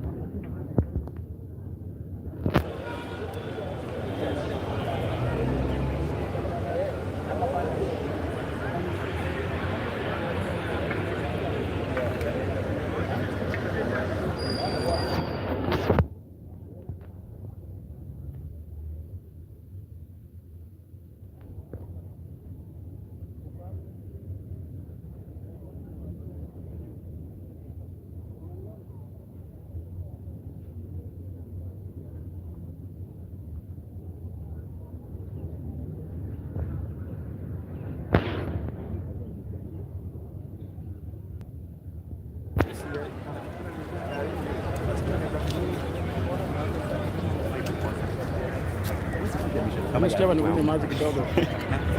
Viko vita ya ubaguzi. Ndio hivyo. Unajua aliniomba tu ile kuombwa tu na mtu kiurafiki. Karibu hiyo pot. Nataka kununua nyingine.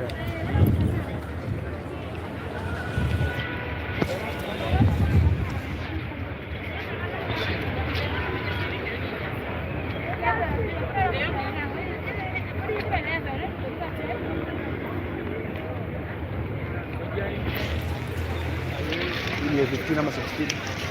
15 ama 16?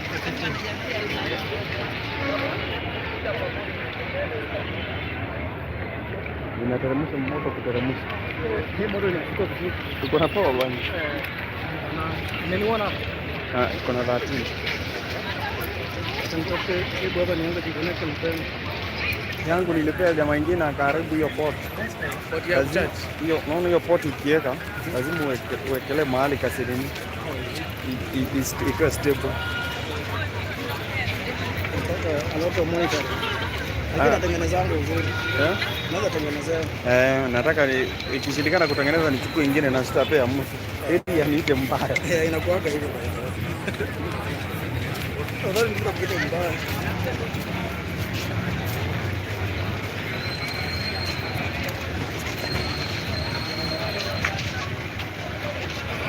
Shikanisha hii itakuwa sawa. Asante. Connect. Charging.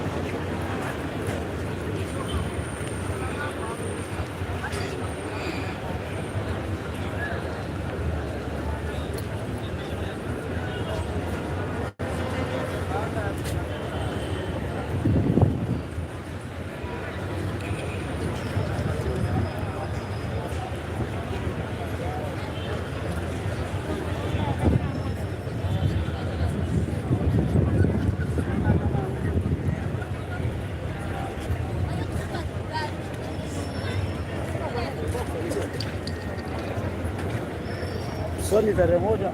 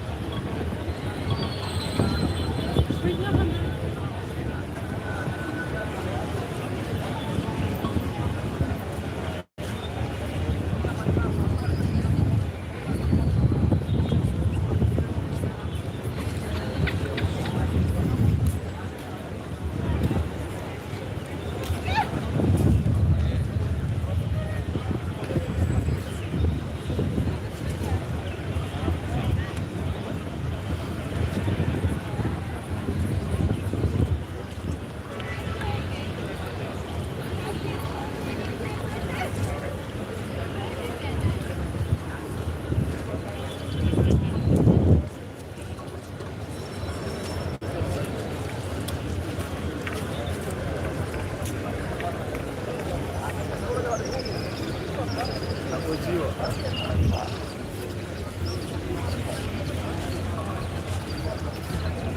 Aje. Ndio ndani lunch ndio inajua wito kali. Patients atakwambia tamwanzuri hali mask gizani baada ya kungoja tumbo ishangilie dini. Tajiri mwenye taji anajua barabara ya umaskini sio tama imara mkamili. So silence come ili upate fadhili. Unanipigia mbona unanikatia? Kwanza naomba siku nisikie umejitakia.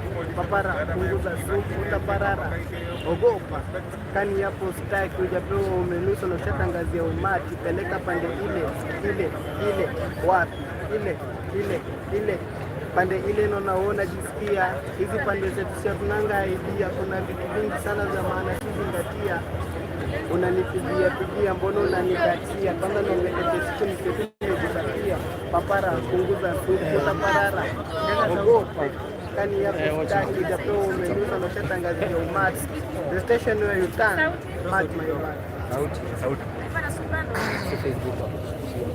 Kwa nini? Kama ni kuimba ongea. Haina violence.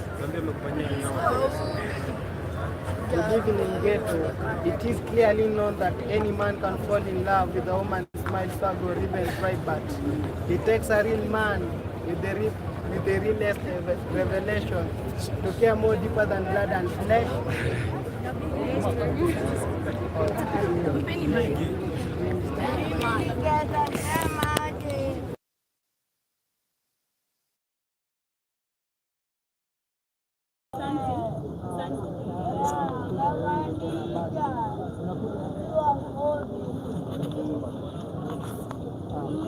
Hide and seek. Ukishasikia Reza napenda usafi na napenda manzi amepiga kikoloni akigodetwa kisha spray marashi church ni mkute kwenye bashi na raundi show preza nimeka mtu kumatisha. Nina media fiti inaitwa KTN News. Ni food fiti tukikula tuwezi bakisha na liquid data safi tukusafisha. Mambo vipi, mambo fresh, mambo sete. Niko high, siko low, niko creative. Kenya Archives nimekaa mkuu wa cheki. Ni salam nimeona mko fete. And I've come by the name Shoi Preza. Na madem sijakaa mkuu wa cheza. Mambo vipi mbona sizu na nikemba.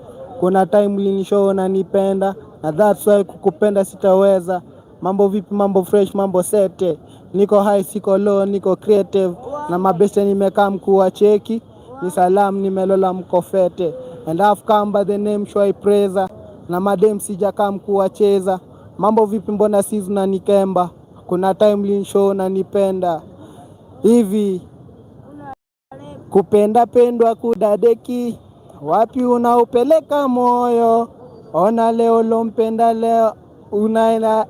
Hivi kupenda pendwa kudadeki. Wapi unaupeleka moyo. Ona leo lompenda leo hakutaki. Ameushusha moyo. Eri nipende mandazi nipende mbazi nitakula nishibe.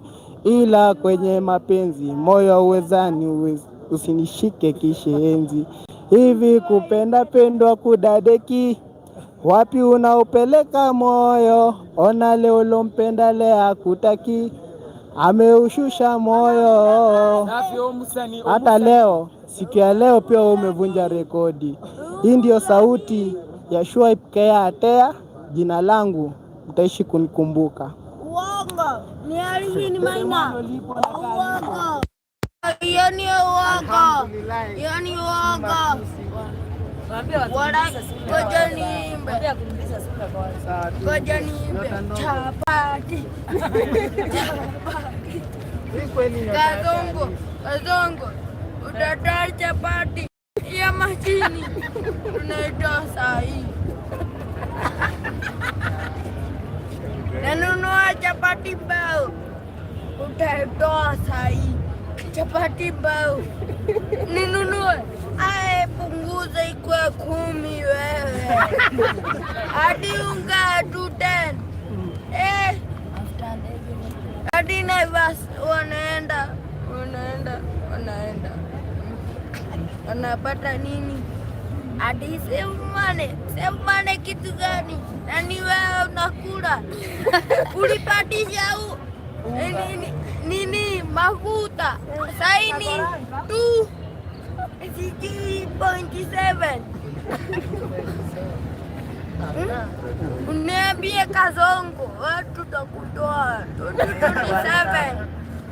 Mwanda, wewe tutakutoa hapo.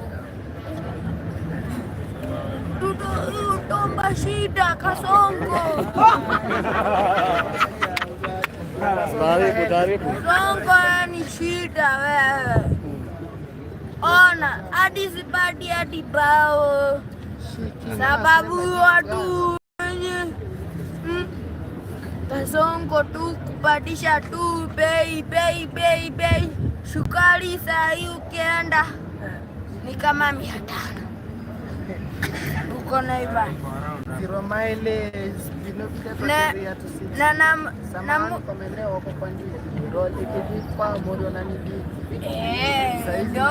ndani ya F class na kwa member backbenja ndani ya ETA, backbenja ndani ya ETA. Wewe ETA Kasongo wewe ETA sister. Wewe wacha kulala. Amuka. Nikupigie makofi. Alafu nitakufanya hivyo. Niangalia tu kwa simu. Lakini ujua mimi. Asante wewe sasa ndo. Wewe ni kamawe. Majambe. Tulienda draw. Majambe ndo kuvunja huyu alimfanya mbaya. Sawa, watoto imetosha.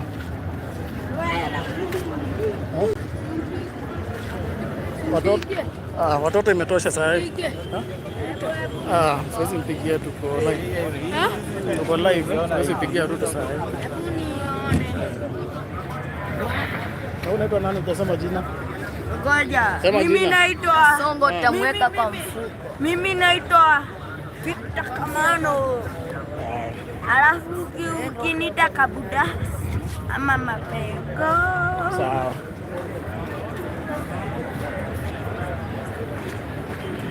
Vijani tiaka.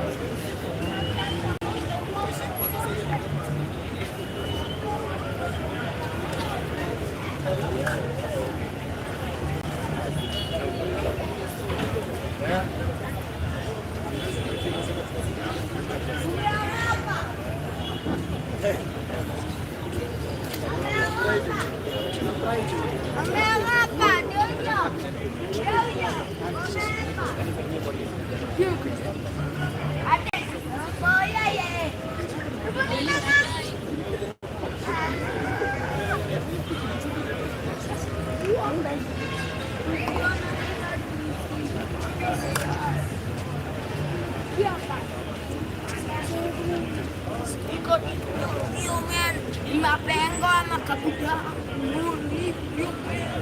Kijana Wakenya wanakuonea TV tu.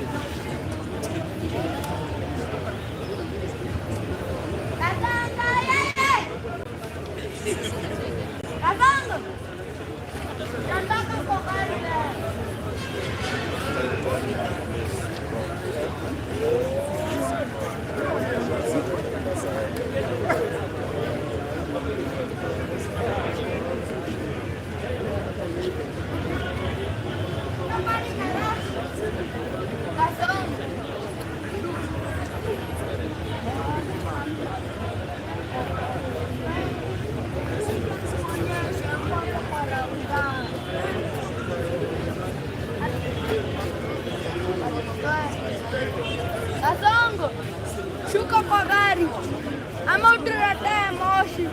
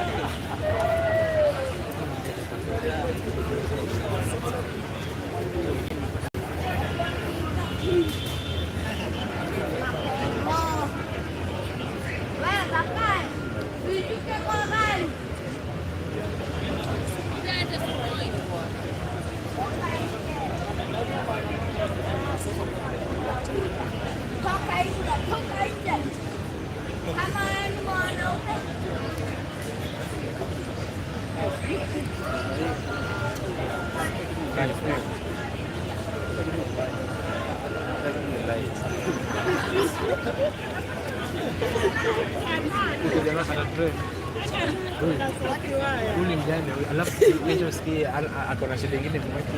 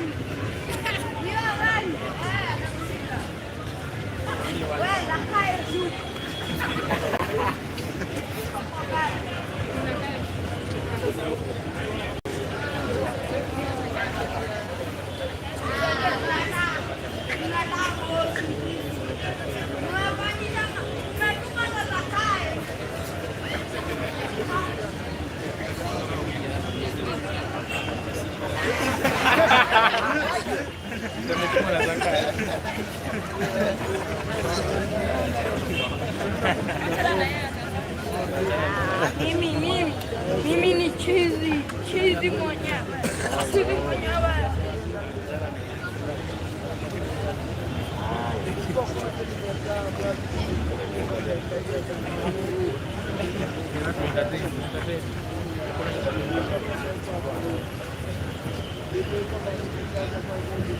Tengeneza kisoko na hakuna kitu. Ngoja mtu asiku. Ile kijana hapo ile kisa hii anasema huyo ataenda ndani. Lakini atasiliwa ama hizo na kumshika. Hawana rizo. Ndio maana hawajampeleka.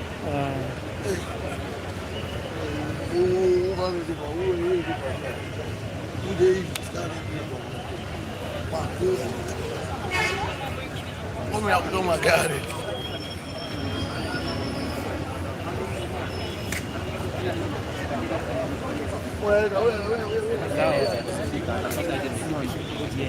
Mbona mnashika mtu? Hapana, kuachiliwa si shida boss. Okay, but then kujieleza.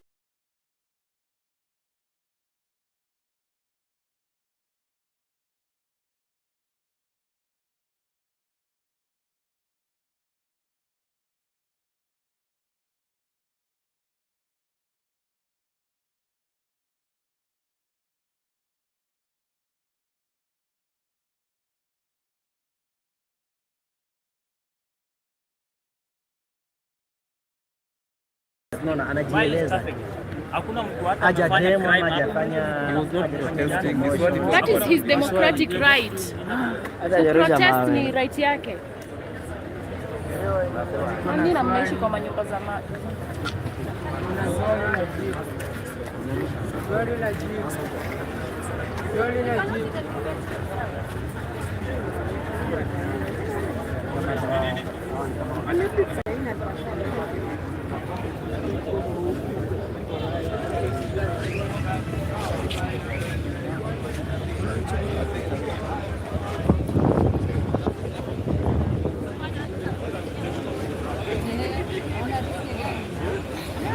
Kila mmoja araji hapo.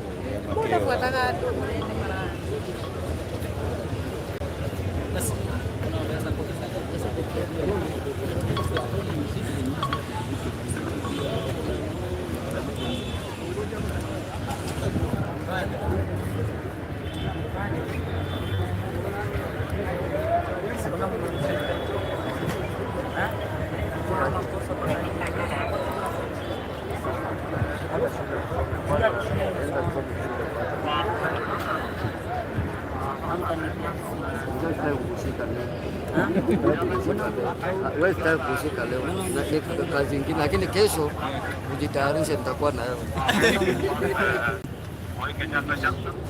unafaa kushika mtu na makosa. So he needs the letter. Mwachilie.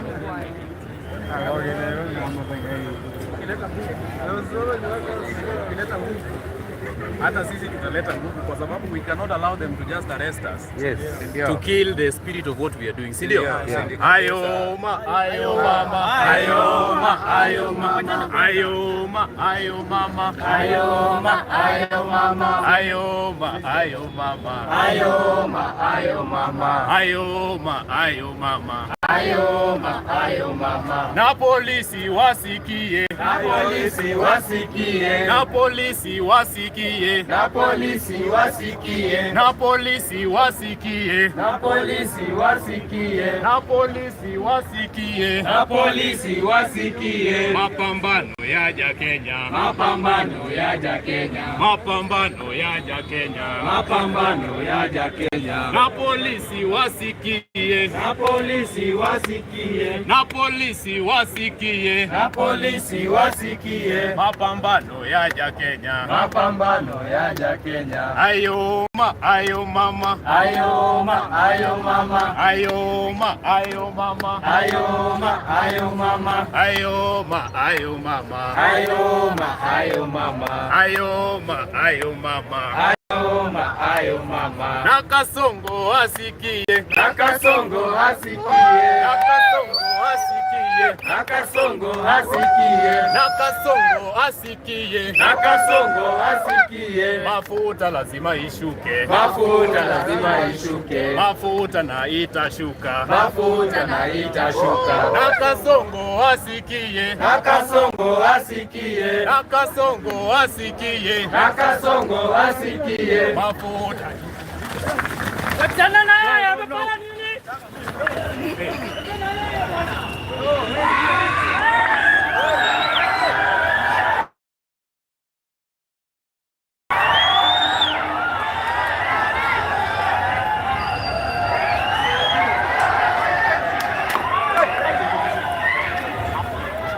Resistance.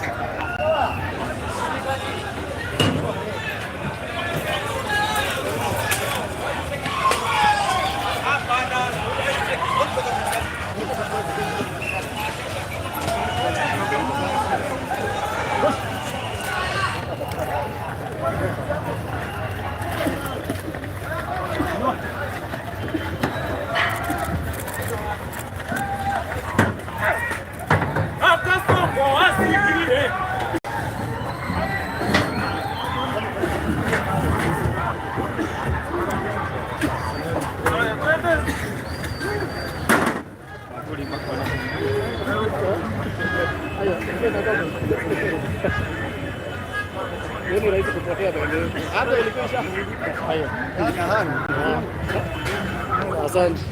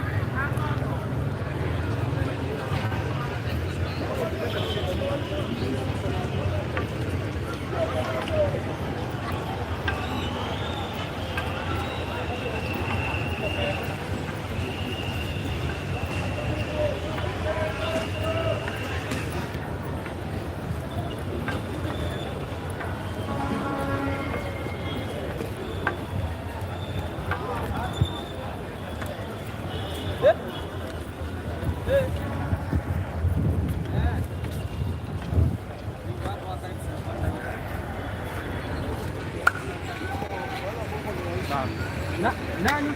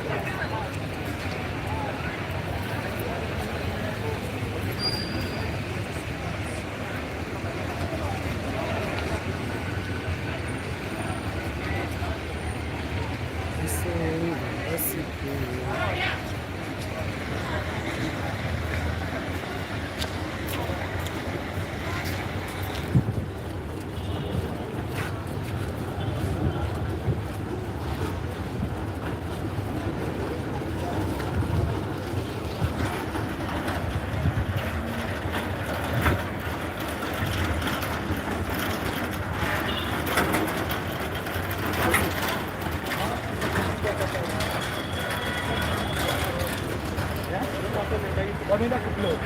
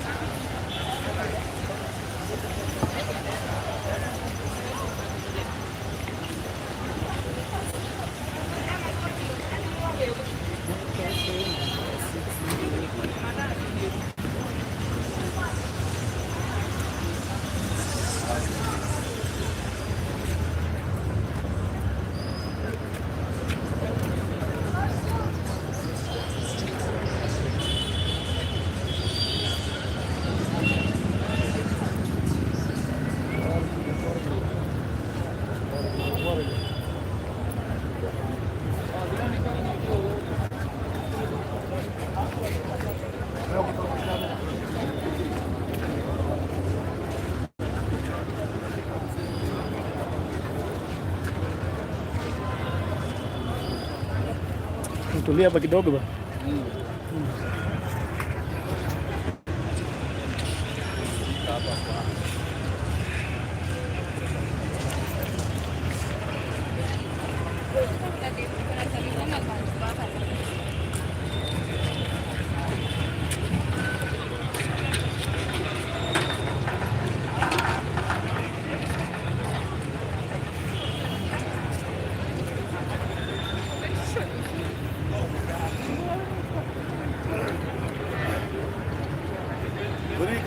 Ile tukara chena sipo.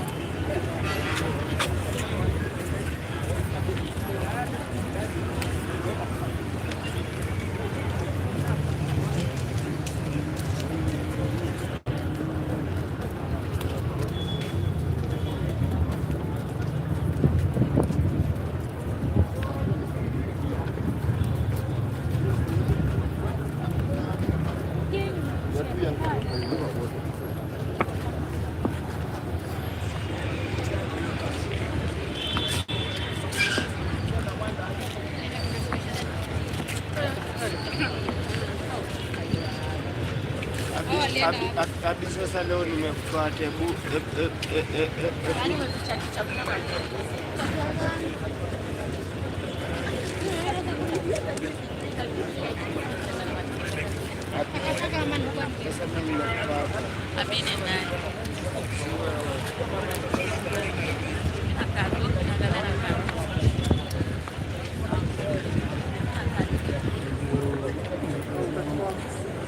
Sasa umesema ni to excel live.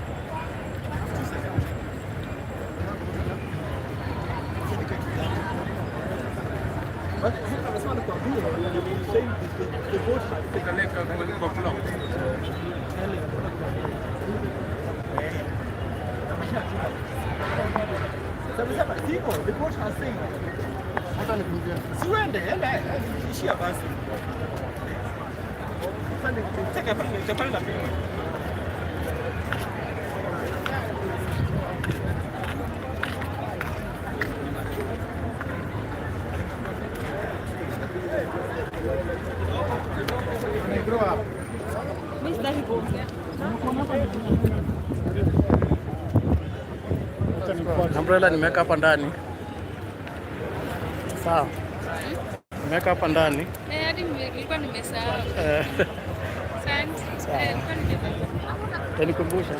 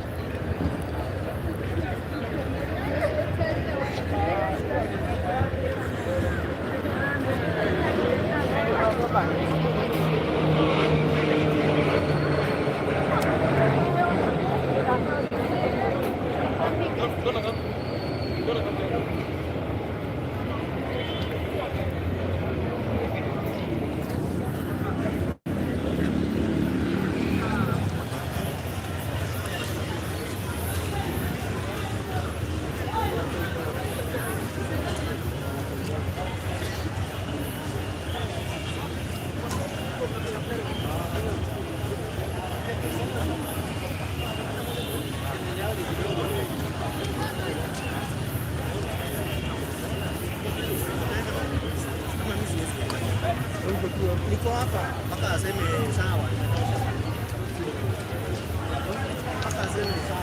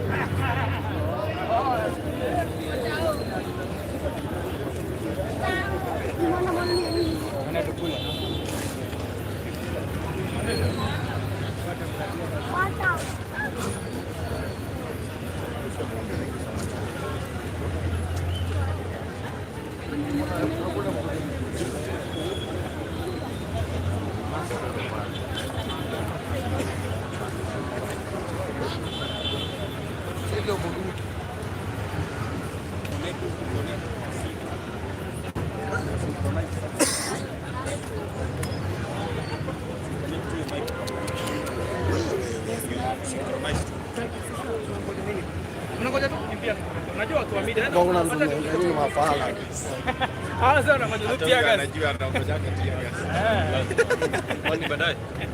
Kama nini? Hiyo ndio tunangoja. Na pia magara wanajua. Najua tu acha tumche moja. Oh, pia. Hiyo unajua nini? Tukifanya hivi. Hizo kama moja. Na respond. Hivyo ndio. Naanza tu. Lakini sasa wamesema nini? Wewe hata nitaka ruhusa kwa watu. Hata hiyo vitu wanaona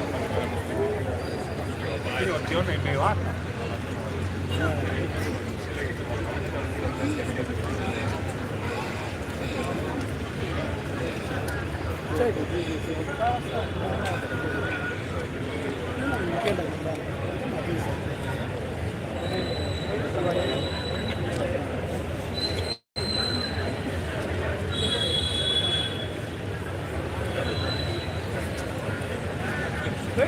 wameingia wangapi live?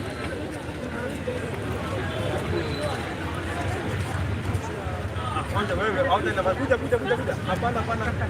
Huyu kujeni wanataka. Dad.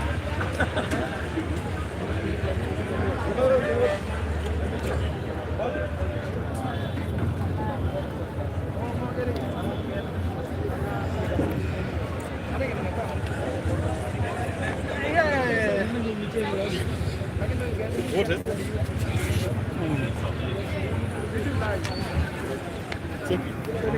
Kuna mtu amefanya kama shangia tayari.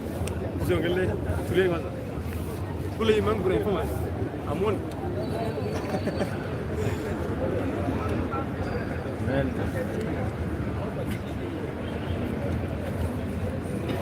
Hai buat.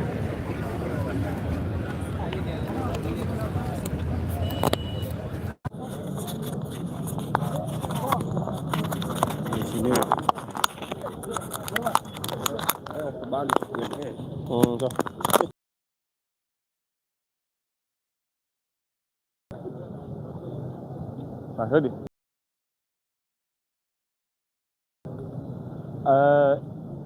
Kwa maandamano ya leo si maandamano ambayo tulikuwa tunajua mbeleni. Ni tofauti na tulikuwa tunajua. Hii ya leo ni tofauti na ile ambayo tulikuwa tunajua. Hii ni peaceful. Ya pili naye hakuna vita ambavyo mtu mnaangalia, si ndio? Wa media mnajua mbele tulikuwa tunapigana na polisi, lakini leo hii ni tofauti. Watu wanashangaa mpaka ganjo wana operate, si ndio? Ya tatu ni kwamba maandamano kama hii ikikuwa wacha tukae mbali, sawa? So ya pili mambo ya Sifuna, Babu Wino na hizi zingine ni siasa baadaye. So tunasema hii peaceful iendelee, watu wafanye biashara yao.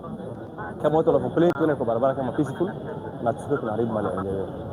Comrades zangu, Naambia hivi. Maandamano tumeamua kufanya maandamano mbaya mbeleni. Lakini ya saizi kikomana jenzi waingilie itakuwa mbaya sana. So before jenzi waamkie, watu wakuwe rada na wajue hali vile hivi.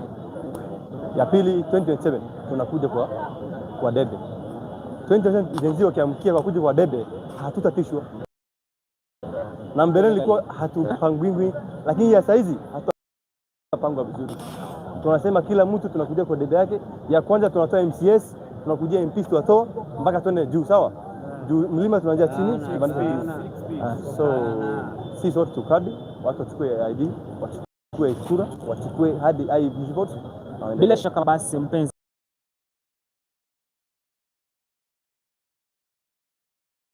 wachukue hadi IEBC vote. Bila shaka basi mpenzi mtazamaji, kwamba maandamano ambayo yaliyoandaliwa kwa ajili ya mafuta kupanda bei katika Kenya, basi vijana wengi tena zaidi kujitokeza ili kuhakikisha kwamba iwe ingine ambayo itakuja ya Kasongo hizi zingine, lakini ya sasa tunaendelea na hizi, tunajua jinsi bado hujambo, tukiamua tutaelezea hapo mbele. Sawa, jinsi ambavyo wengine wameweza kwenda jenzi washachukua kadi na wakaona ambayo iweze kutangaza kwamba chama yao maandamano tena zaidi kwamba basi tukiungana chama moja, watu kutoka nchi ya Kongo waliweza kuandamana la Kenya. Eric Omondi basi leo utaenda kutokea Kenya ameweza kuandamana. Uko wapi? Bila shaka basi wewe tokea kuja barabara Archives Mungu una no cheki Sifuna tulieni, sawa? Sifuna bado yake bado watu wakuwe kama baba na ila Amolo sasa. Unajua nini? Afadhali turudishe maandamano ya kila Wednesday, sawa? Tukiongoja nani ataribia vizuri baba, sawa? Hapo juu tukisha maandamano bila baba tunaweza fanya kweli? Tupate mwelekeo na maendeleo hapo mbele ndio tuweze kumwambia, sawa? Sisi wote tuko kadi, sawa? Tuko kadi. Sasa hivi tukisema on time kule nyuma kuna informers wasikie wasisikie hata kujua. Tumeshachukua kadi na mtaenda nyumbani. Kusha maneno. Na swali moja. Hii crisis ya mafuta wewe imekuaffect aje kama Mkenya wa kawaida? Imeaffect kila Mkenya, awe Turkana, awe Samburu, awe Mandera, awe Nairobi, inaaffect kila mtu, sawa? Mafuta ikipanda juu, haipandi juu mtu mmoja. Inapanda kwa kila Mkenya. Ndio maana nawaambia hivi, ikipanda juu msinyamaze, mwanze kujitetea mpaka ifike mbunge. Kwa hiyo story yetu, lakini tukinyamaza itaendelea hivyo kama last time. Finance bill tumenyamazia ikapita tena. Next time hatutakubali vitu endelee vile inaendelea, hatutakubali. Yes, sasa before tuamkie wanyamaze, tuendelee kazi nzuri. Lakini rais alisema kuwa mafuta swali ni imeshuka, lakini kwa soko sasa tunanunua ngapi? Anadanganya. Imeshuka sasa tunanunua ngapi? Swali ni hivyo. Anashuka kwa mdomo. Hii ni 40 kwenda na mimi nafanyia kwa 50. Hiyo 40 ya kwenda na kurudi atatumia 80 basi. Nitakula nini, nitavaa nini, nitakunywa nini? Watoto watasomaje? Shule zinafunguliwa leo. Unajua hatuwezi kubali. So fanya hivi. Oya. Cheki. Wakenya tunasema hivi. Maandamano ya peaceful ni vizuri kwa kila nchi inaendelea vizuri na ni haki. So vile leo tunaendelea na maandamano ni peaceful, hakuna vurugano kati ya polisi na raia, hakuna maandamano kati ya raia na polisi. So boss fanya hivi. Akikupiga kuna haki ya kwenda kwa wakili yako. So hakuna haja wewe mwenyewe. Cheki hapana, fanya hivi. Polisi yetu cheki. Oya, sikizana hapa. Tunasema hivi, polisi yetu saa hizi wamejua namna ya kuangalia kila mtu salama. Sawa. So cheki hapana, cheki maandamano ya amani ndio tunapenda bado, sawa? Tuendelee na amani hiyo vizuri. Maandamano ya amani haifanye kitu. Hata nyinyi mnajua tu vizuri, hata nyinyi mnajua. Oya, mnyaje majamaa. Mimi kwa leo wanijui. Mimi naitwa Edwin Sirengo. Unasikia? Bado naambia hivi. Mimi naitwa Edwin Sirengo. Cheki maandamano ya chafu hatutaki. Kama ni peaceful tuendelee hivi. Askari wakuwe amani, wewe wakuwe amani na kila mtu akuwe amani, sawa? Hakimi na challenge. Sawa. Ukinichallenge hiyo ni maoni yako, lakini yangu there is a day, hakuna siku yenye polisi anaweza kusikiza. Ongea hapa boss. So mnasikia? Hakuna siku mimi naweza kuambia wa Kenya tulia kwanza. Hakuna siku yenye polisi atakuja kusikiza. Manza mamu. Unaona mamu? Manza kwanza mamu. Maza oya. Oya. So kwa wale wenye wanijui, mimi naitwa Edwin Sirengo. Mimi ni activist by the way. Over recently nilikam na idea and nilikuwa nimekam na idea but bado haijakuwa implemented. Nilikuwa nimekam na a political document naitwa Voice of Change and Opposition. This one is for the youth. This one is for all Kenyans, Gen Z and the old people. Lakini tunasema hapa, hii Voice of Change and Opposition does not support any political party outside hapa hivi. You see tunajua kuwa karibu wanasiasa wote ni waongo. Mimi leo nimekuja CBD nikijua leo mimi ni Sifuna, ni Orengo, ndio tunafika CBD. Leo our voice bei ya mafuta. But mimi nimefika hapa hivi tuko sasa au maskari wako wetu. So tunataka kusema ni kuwa sisi hatujapia hapa aspirant kama hapa kama JP kuweza our voice to bring a change in this country. Unaona hao wazee ni wanasiasa wataenda, si ndio? Watakufa, si ndio? Tutabaki na hii nchi sisi. Unasikia? And for your information, unasikia? And for your information, hao na siasa wazee will go, si ndio? Tutabaki na hii nchi. Lakini nasema ni so we are fighting for change and we are going to do that hadi mwisho. Tunasema hivi leo although tumekuja maandamano but haijakuwa successful ndio tulikuwa tunataka. Leo tulikuwa kuja kuonyesha that tutakuja, sio story. Haya, mimi kenye nasema ni one thing yenye nasema. Hapana, acha nibonge, sawa. Mimi kenye nasema nataka niambie wa Kenya wanasema mafuta inapanda bei, sivyo? Unajua as a country we have the citizen and we have the leaders, si ni ukweli? So the moment tuko na leaders inamaanisha they have to exercise their duties to control. Ni sawa, kila mtu ako na haki ya kuongea. Kila mtu ako na haki ya kuongea. Hata Mosiri yako. Sivyo? So question ni mafuta ikipanda, nauliza wa Kenya, mafuta ikipanda ni lazima pandishe fare? Si lazima pandishe fare, sivyo?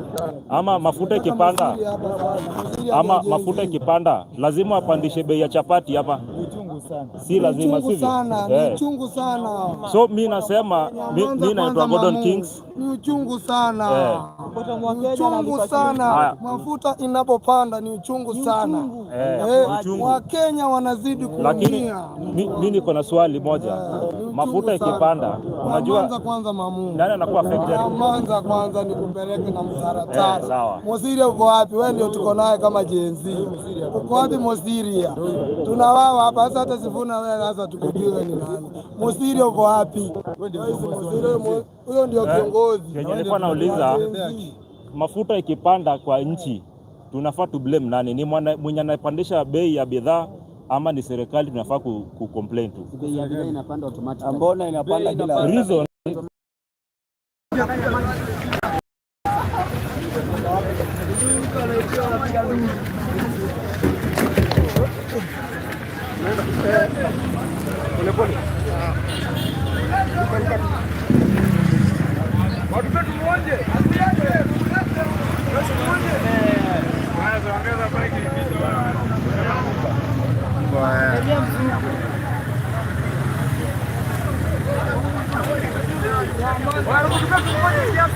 Nenda. Hapo ndani. Niwe na vinyana kunde. Hapo ndani. Sisi tukisho tudili nayo hapa. Hapa.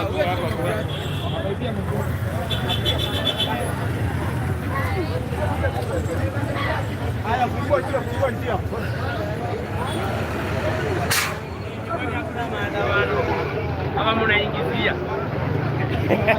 Ama mnaingizia maandamano. Sasa unajua sasa itakuwa kwa press saa hii. Go live. Citizen. Live Citizen.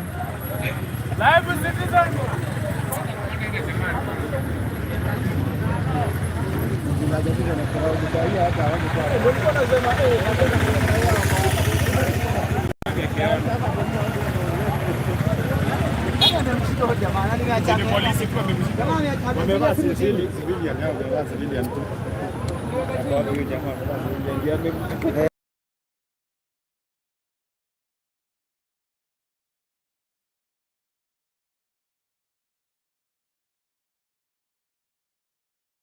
Nimemuona.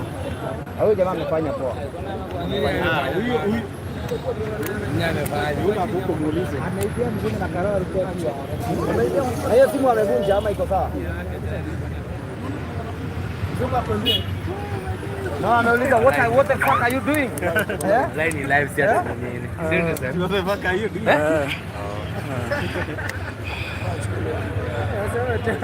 Lakini mimi nakishoa haja kutakuwa na ile mbuki itaburuka kama manji. Kuna mtu akua kule juu anasema internet news. Sasa mwenyewe sana timu. Kuna mambo mengi nataka. Weka simu wasikii. Weka simu wasikii. Mambo yaka simu chini hapa. Kuna kubandua. Imeibiwa.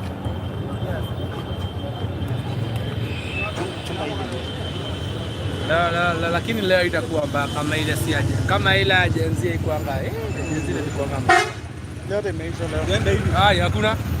Twende hivi. Jana hapo ndani najua atarudi hivi. Ile mbaya. Imetulia.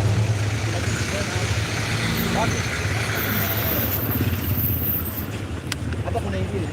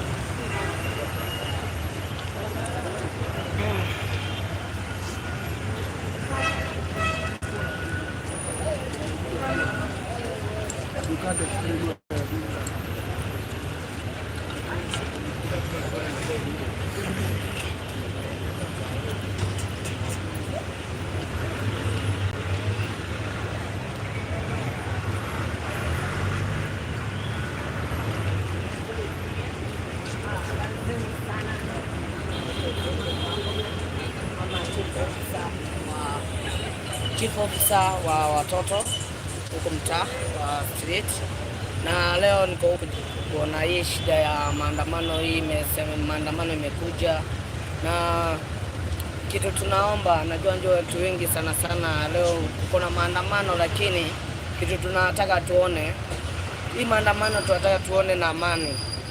Juu na amani, najua tukiwa na amani tuko kitu mzuri sana.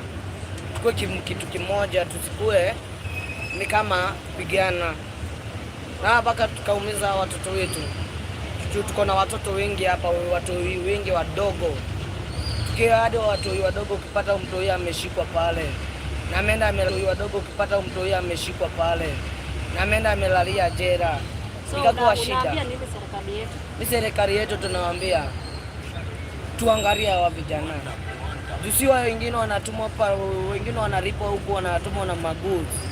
Wanakuja wanatuharibia Nairobi. Si hatukaitikia. Na Wakenya utawaambia nini? Wakenya, sisi kitu tunawaambia usiandamane ati juu unaandamana ati ufurahishe wenzako ama uibe. Yuza hapa si ukiiba hapa simu, sisi tutakuvunja miguu. Ndio kitu tunakwambia ukweli. Tutakuvunja miguu au katuharibia. Si hatukakuni wewe uende ukuni wewe tuachie mafia hapa. Wallahi. Hiyo ni nzuri. Ndio kitu tunasema ukweli. Au katuachia mafia. Hakuna mwenye akakuni hapa tuachie.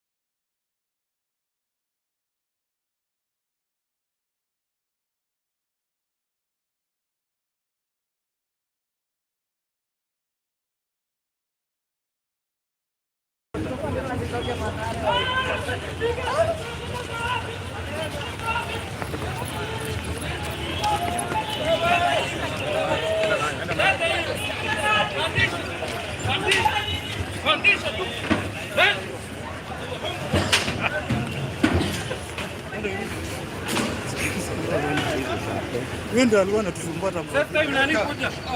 Save time tupate ndio. Kaa chapati moto jamaa. Save time hata mkono. Save time.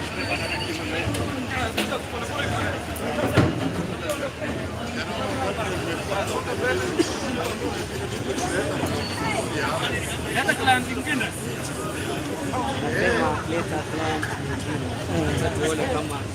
Hata chapo moto iendaje. Hata customer nyingine.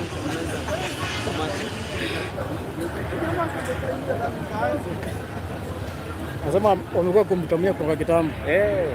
Hapo nimeona kijana mwingine, huyo kijana miguu anawapiga pili pale. Kwa maji.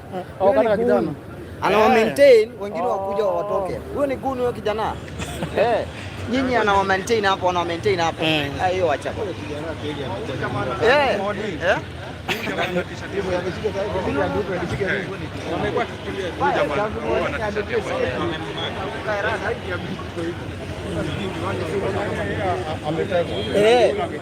Yes.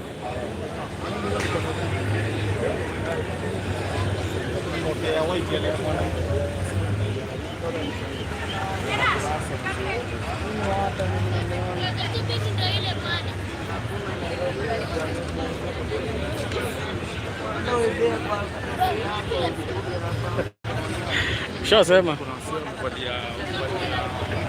Wafanya raia. Kwa masa kujua ni nani, sio kiingia Dubai hivyo wanakunasa. Kwa ndani ya hizi gari za mafanya. Baya zaidi. Chao kwanza. Ya live tunasi ni archives. Watu wa Kenya hiyo gari tunacheki hapo maziko na sekari kwa nini ndani.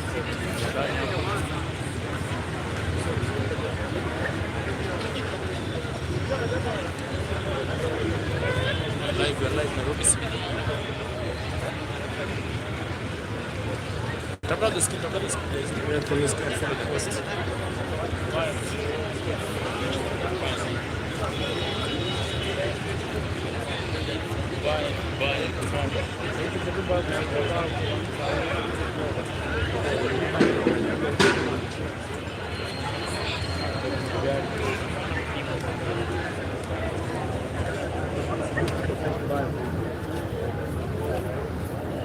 Kuna maandamano but it's peaceful maandamano.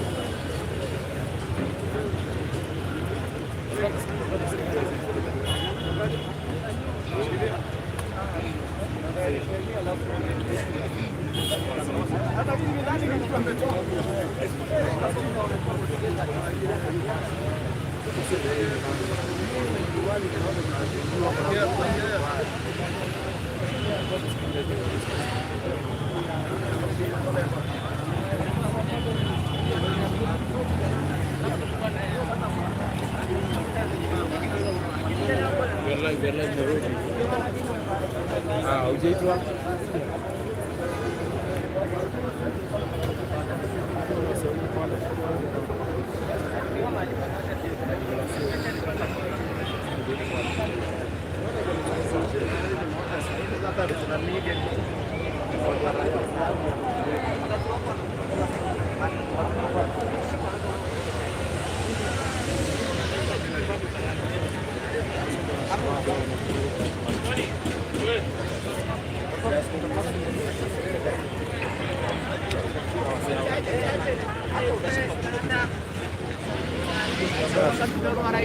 nionekane kwenye mtandao.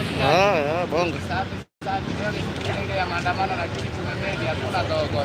Lakini sisi tumezoea ile siku yake na bongo sio ndio tumezoea jaji. Leo tumemedi. Leo tuseme leo hakuna maandamano, leo ni kutulia tu. Hakuna noma. Sasa wanda mtani kutulia.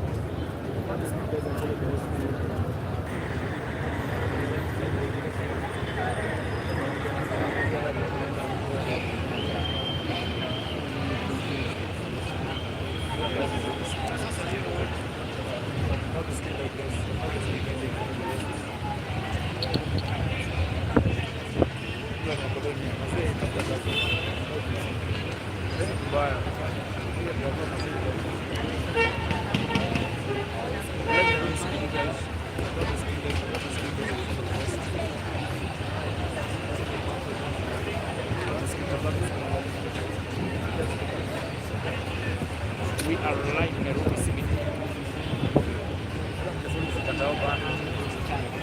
are locked, right? That's all you get is God. God has a ability to grow.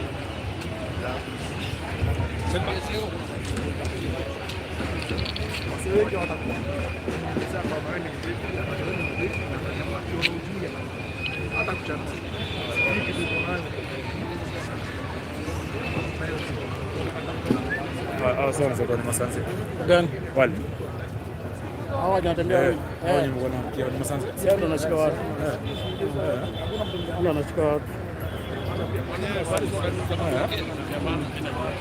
Kama kuchukua majinsi.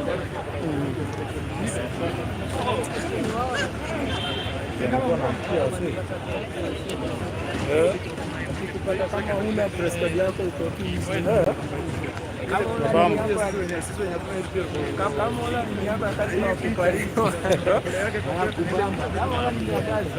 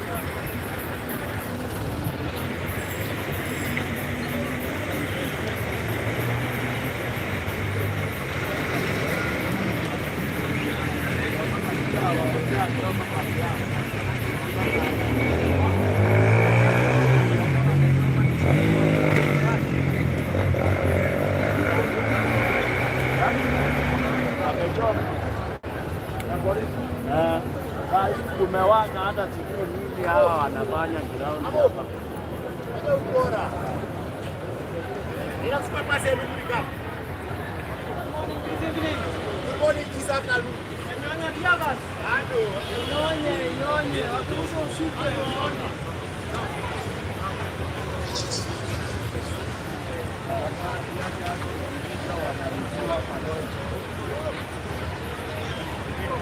Najua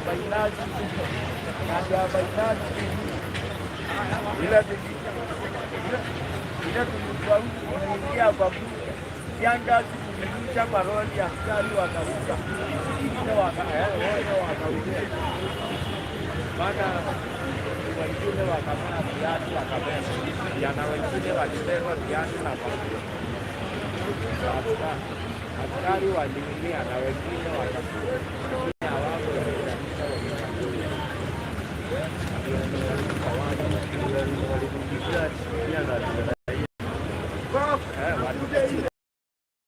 Walikuwa wanarusha zinashika na rajani wanarudishiwa zinaingia hapa. Hawa wameshachoka kwenda wanaona hapo.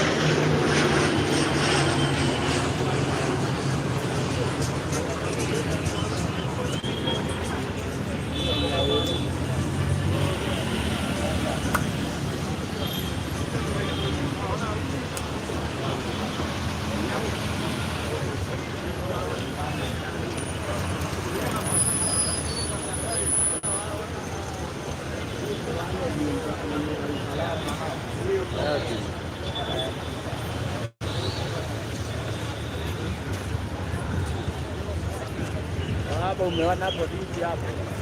Hakuna polisi.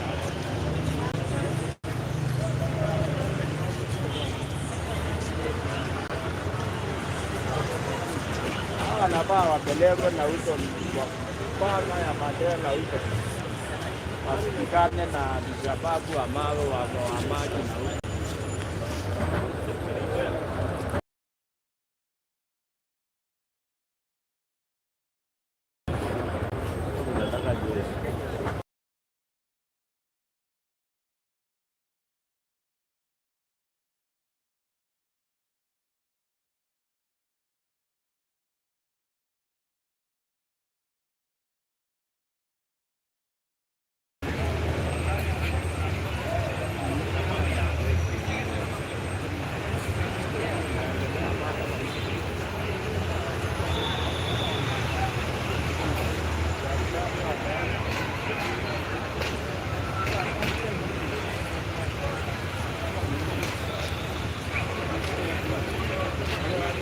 ameanza kuliko tena.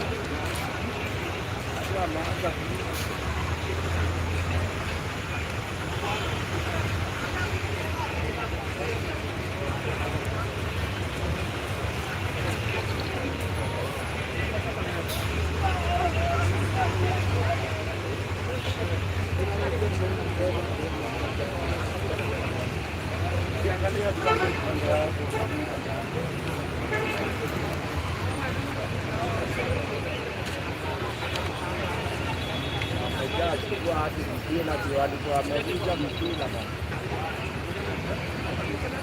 Ila wameanza kuuza mpira sasa, wakachukua hata mpira yenye walikuwa imetamba, walianza na mpira na waaskari wakachukua mpaka ucho waanze mpira basi hizi. Kuna masaa itawaka na masaa zitawaka bwana, basi wanatumia hivyo.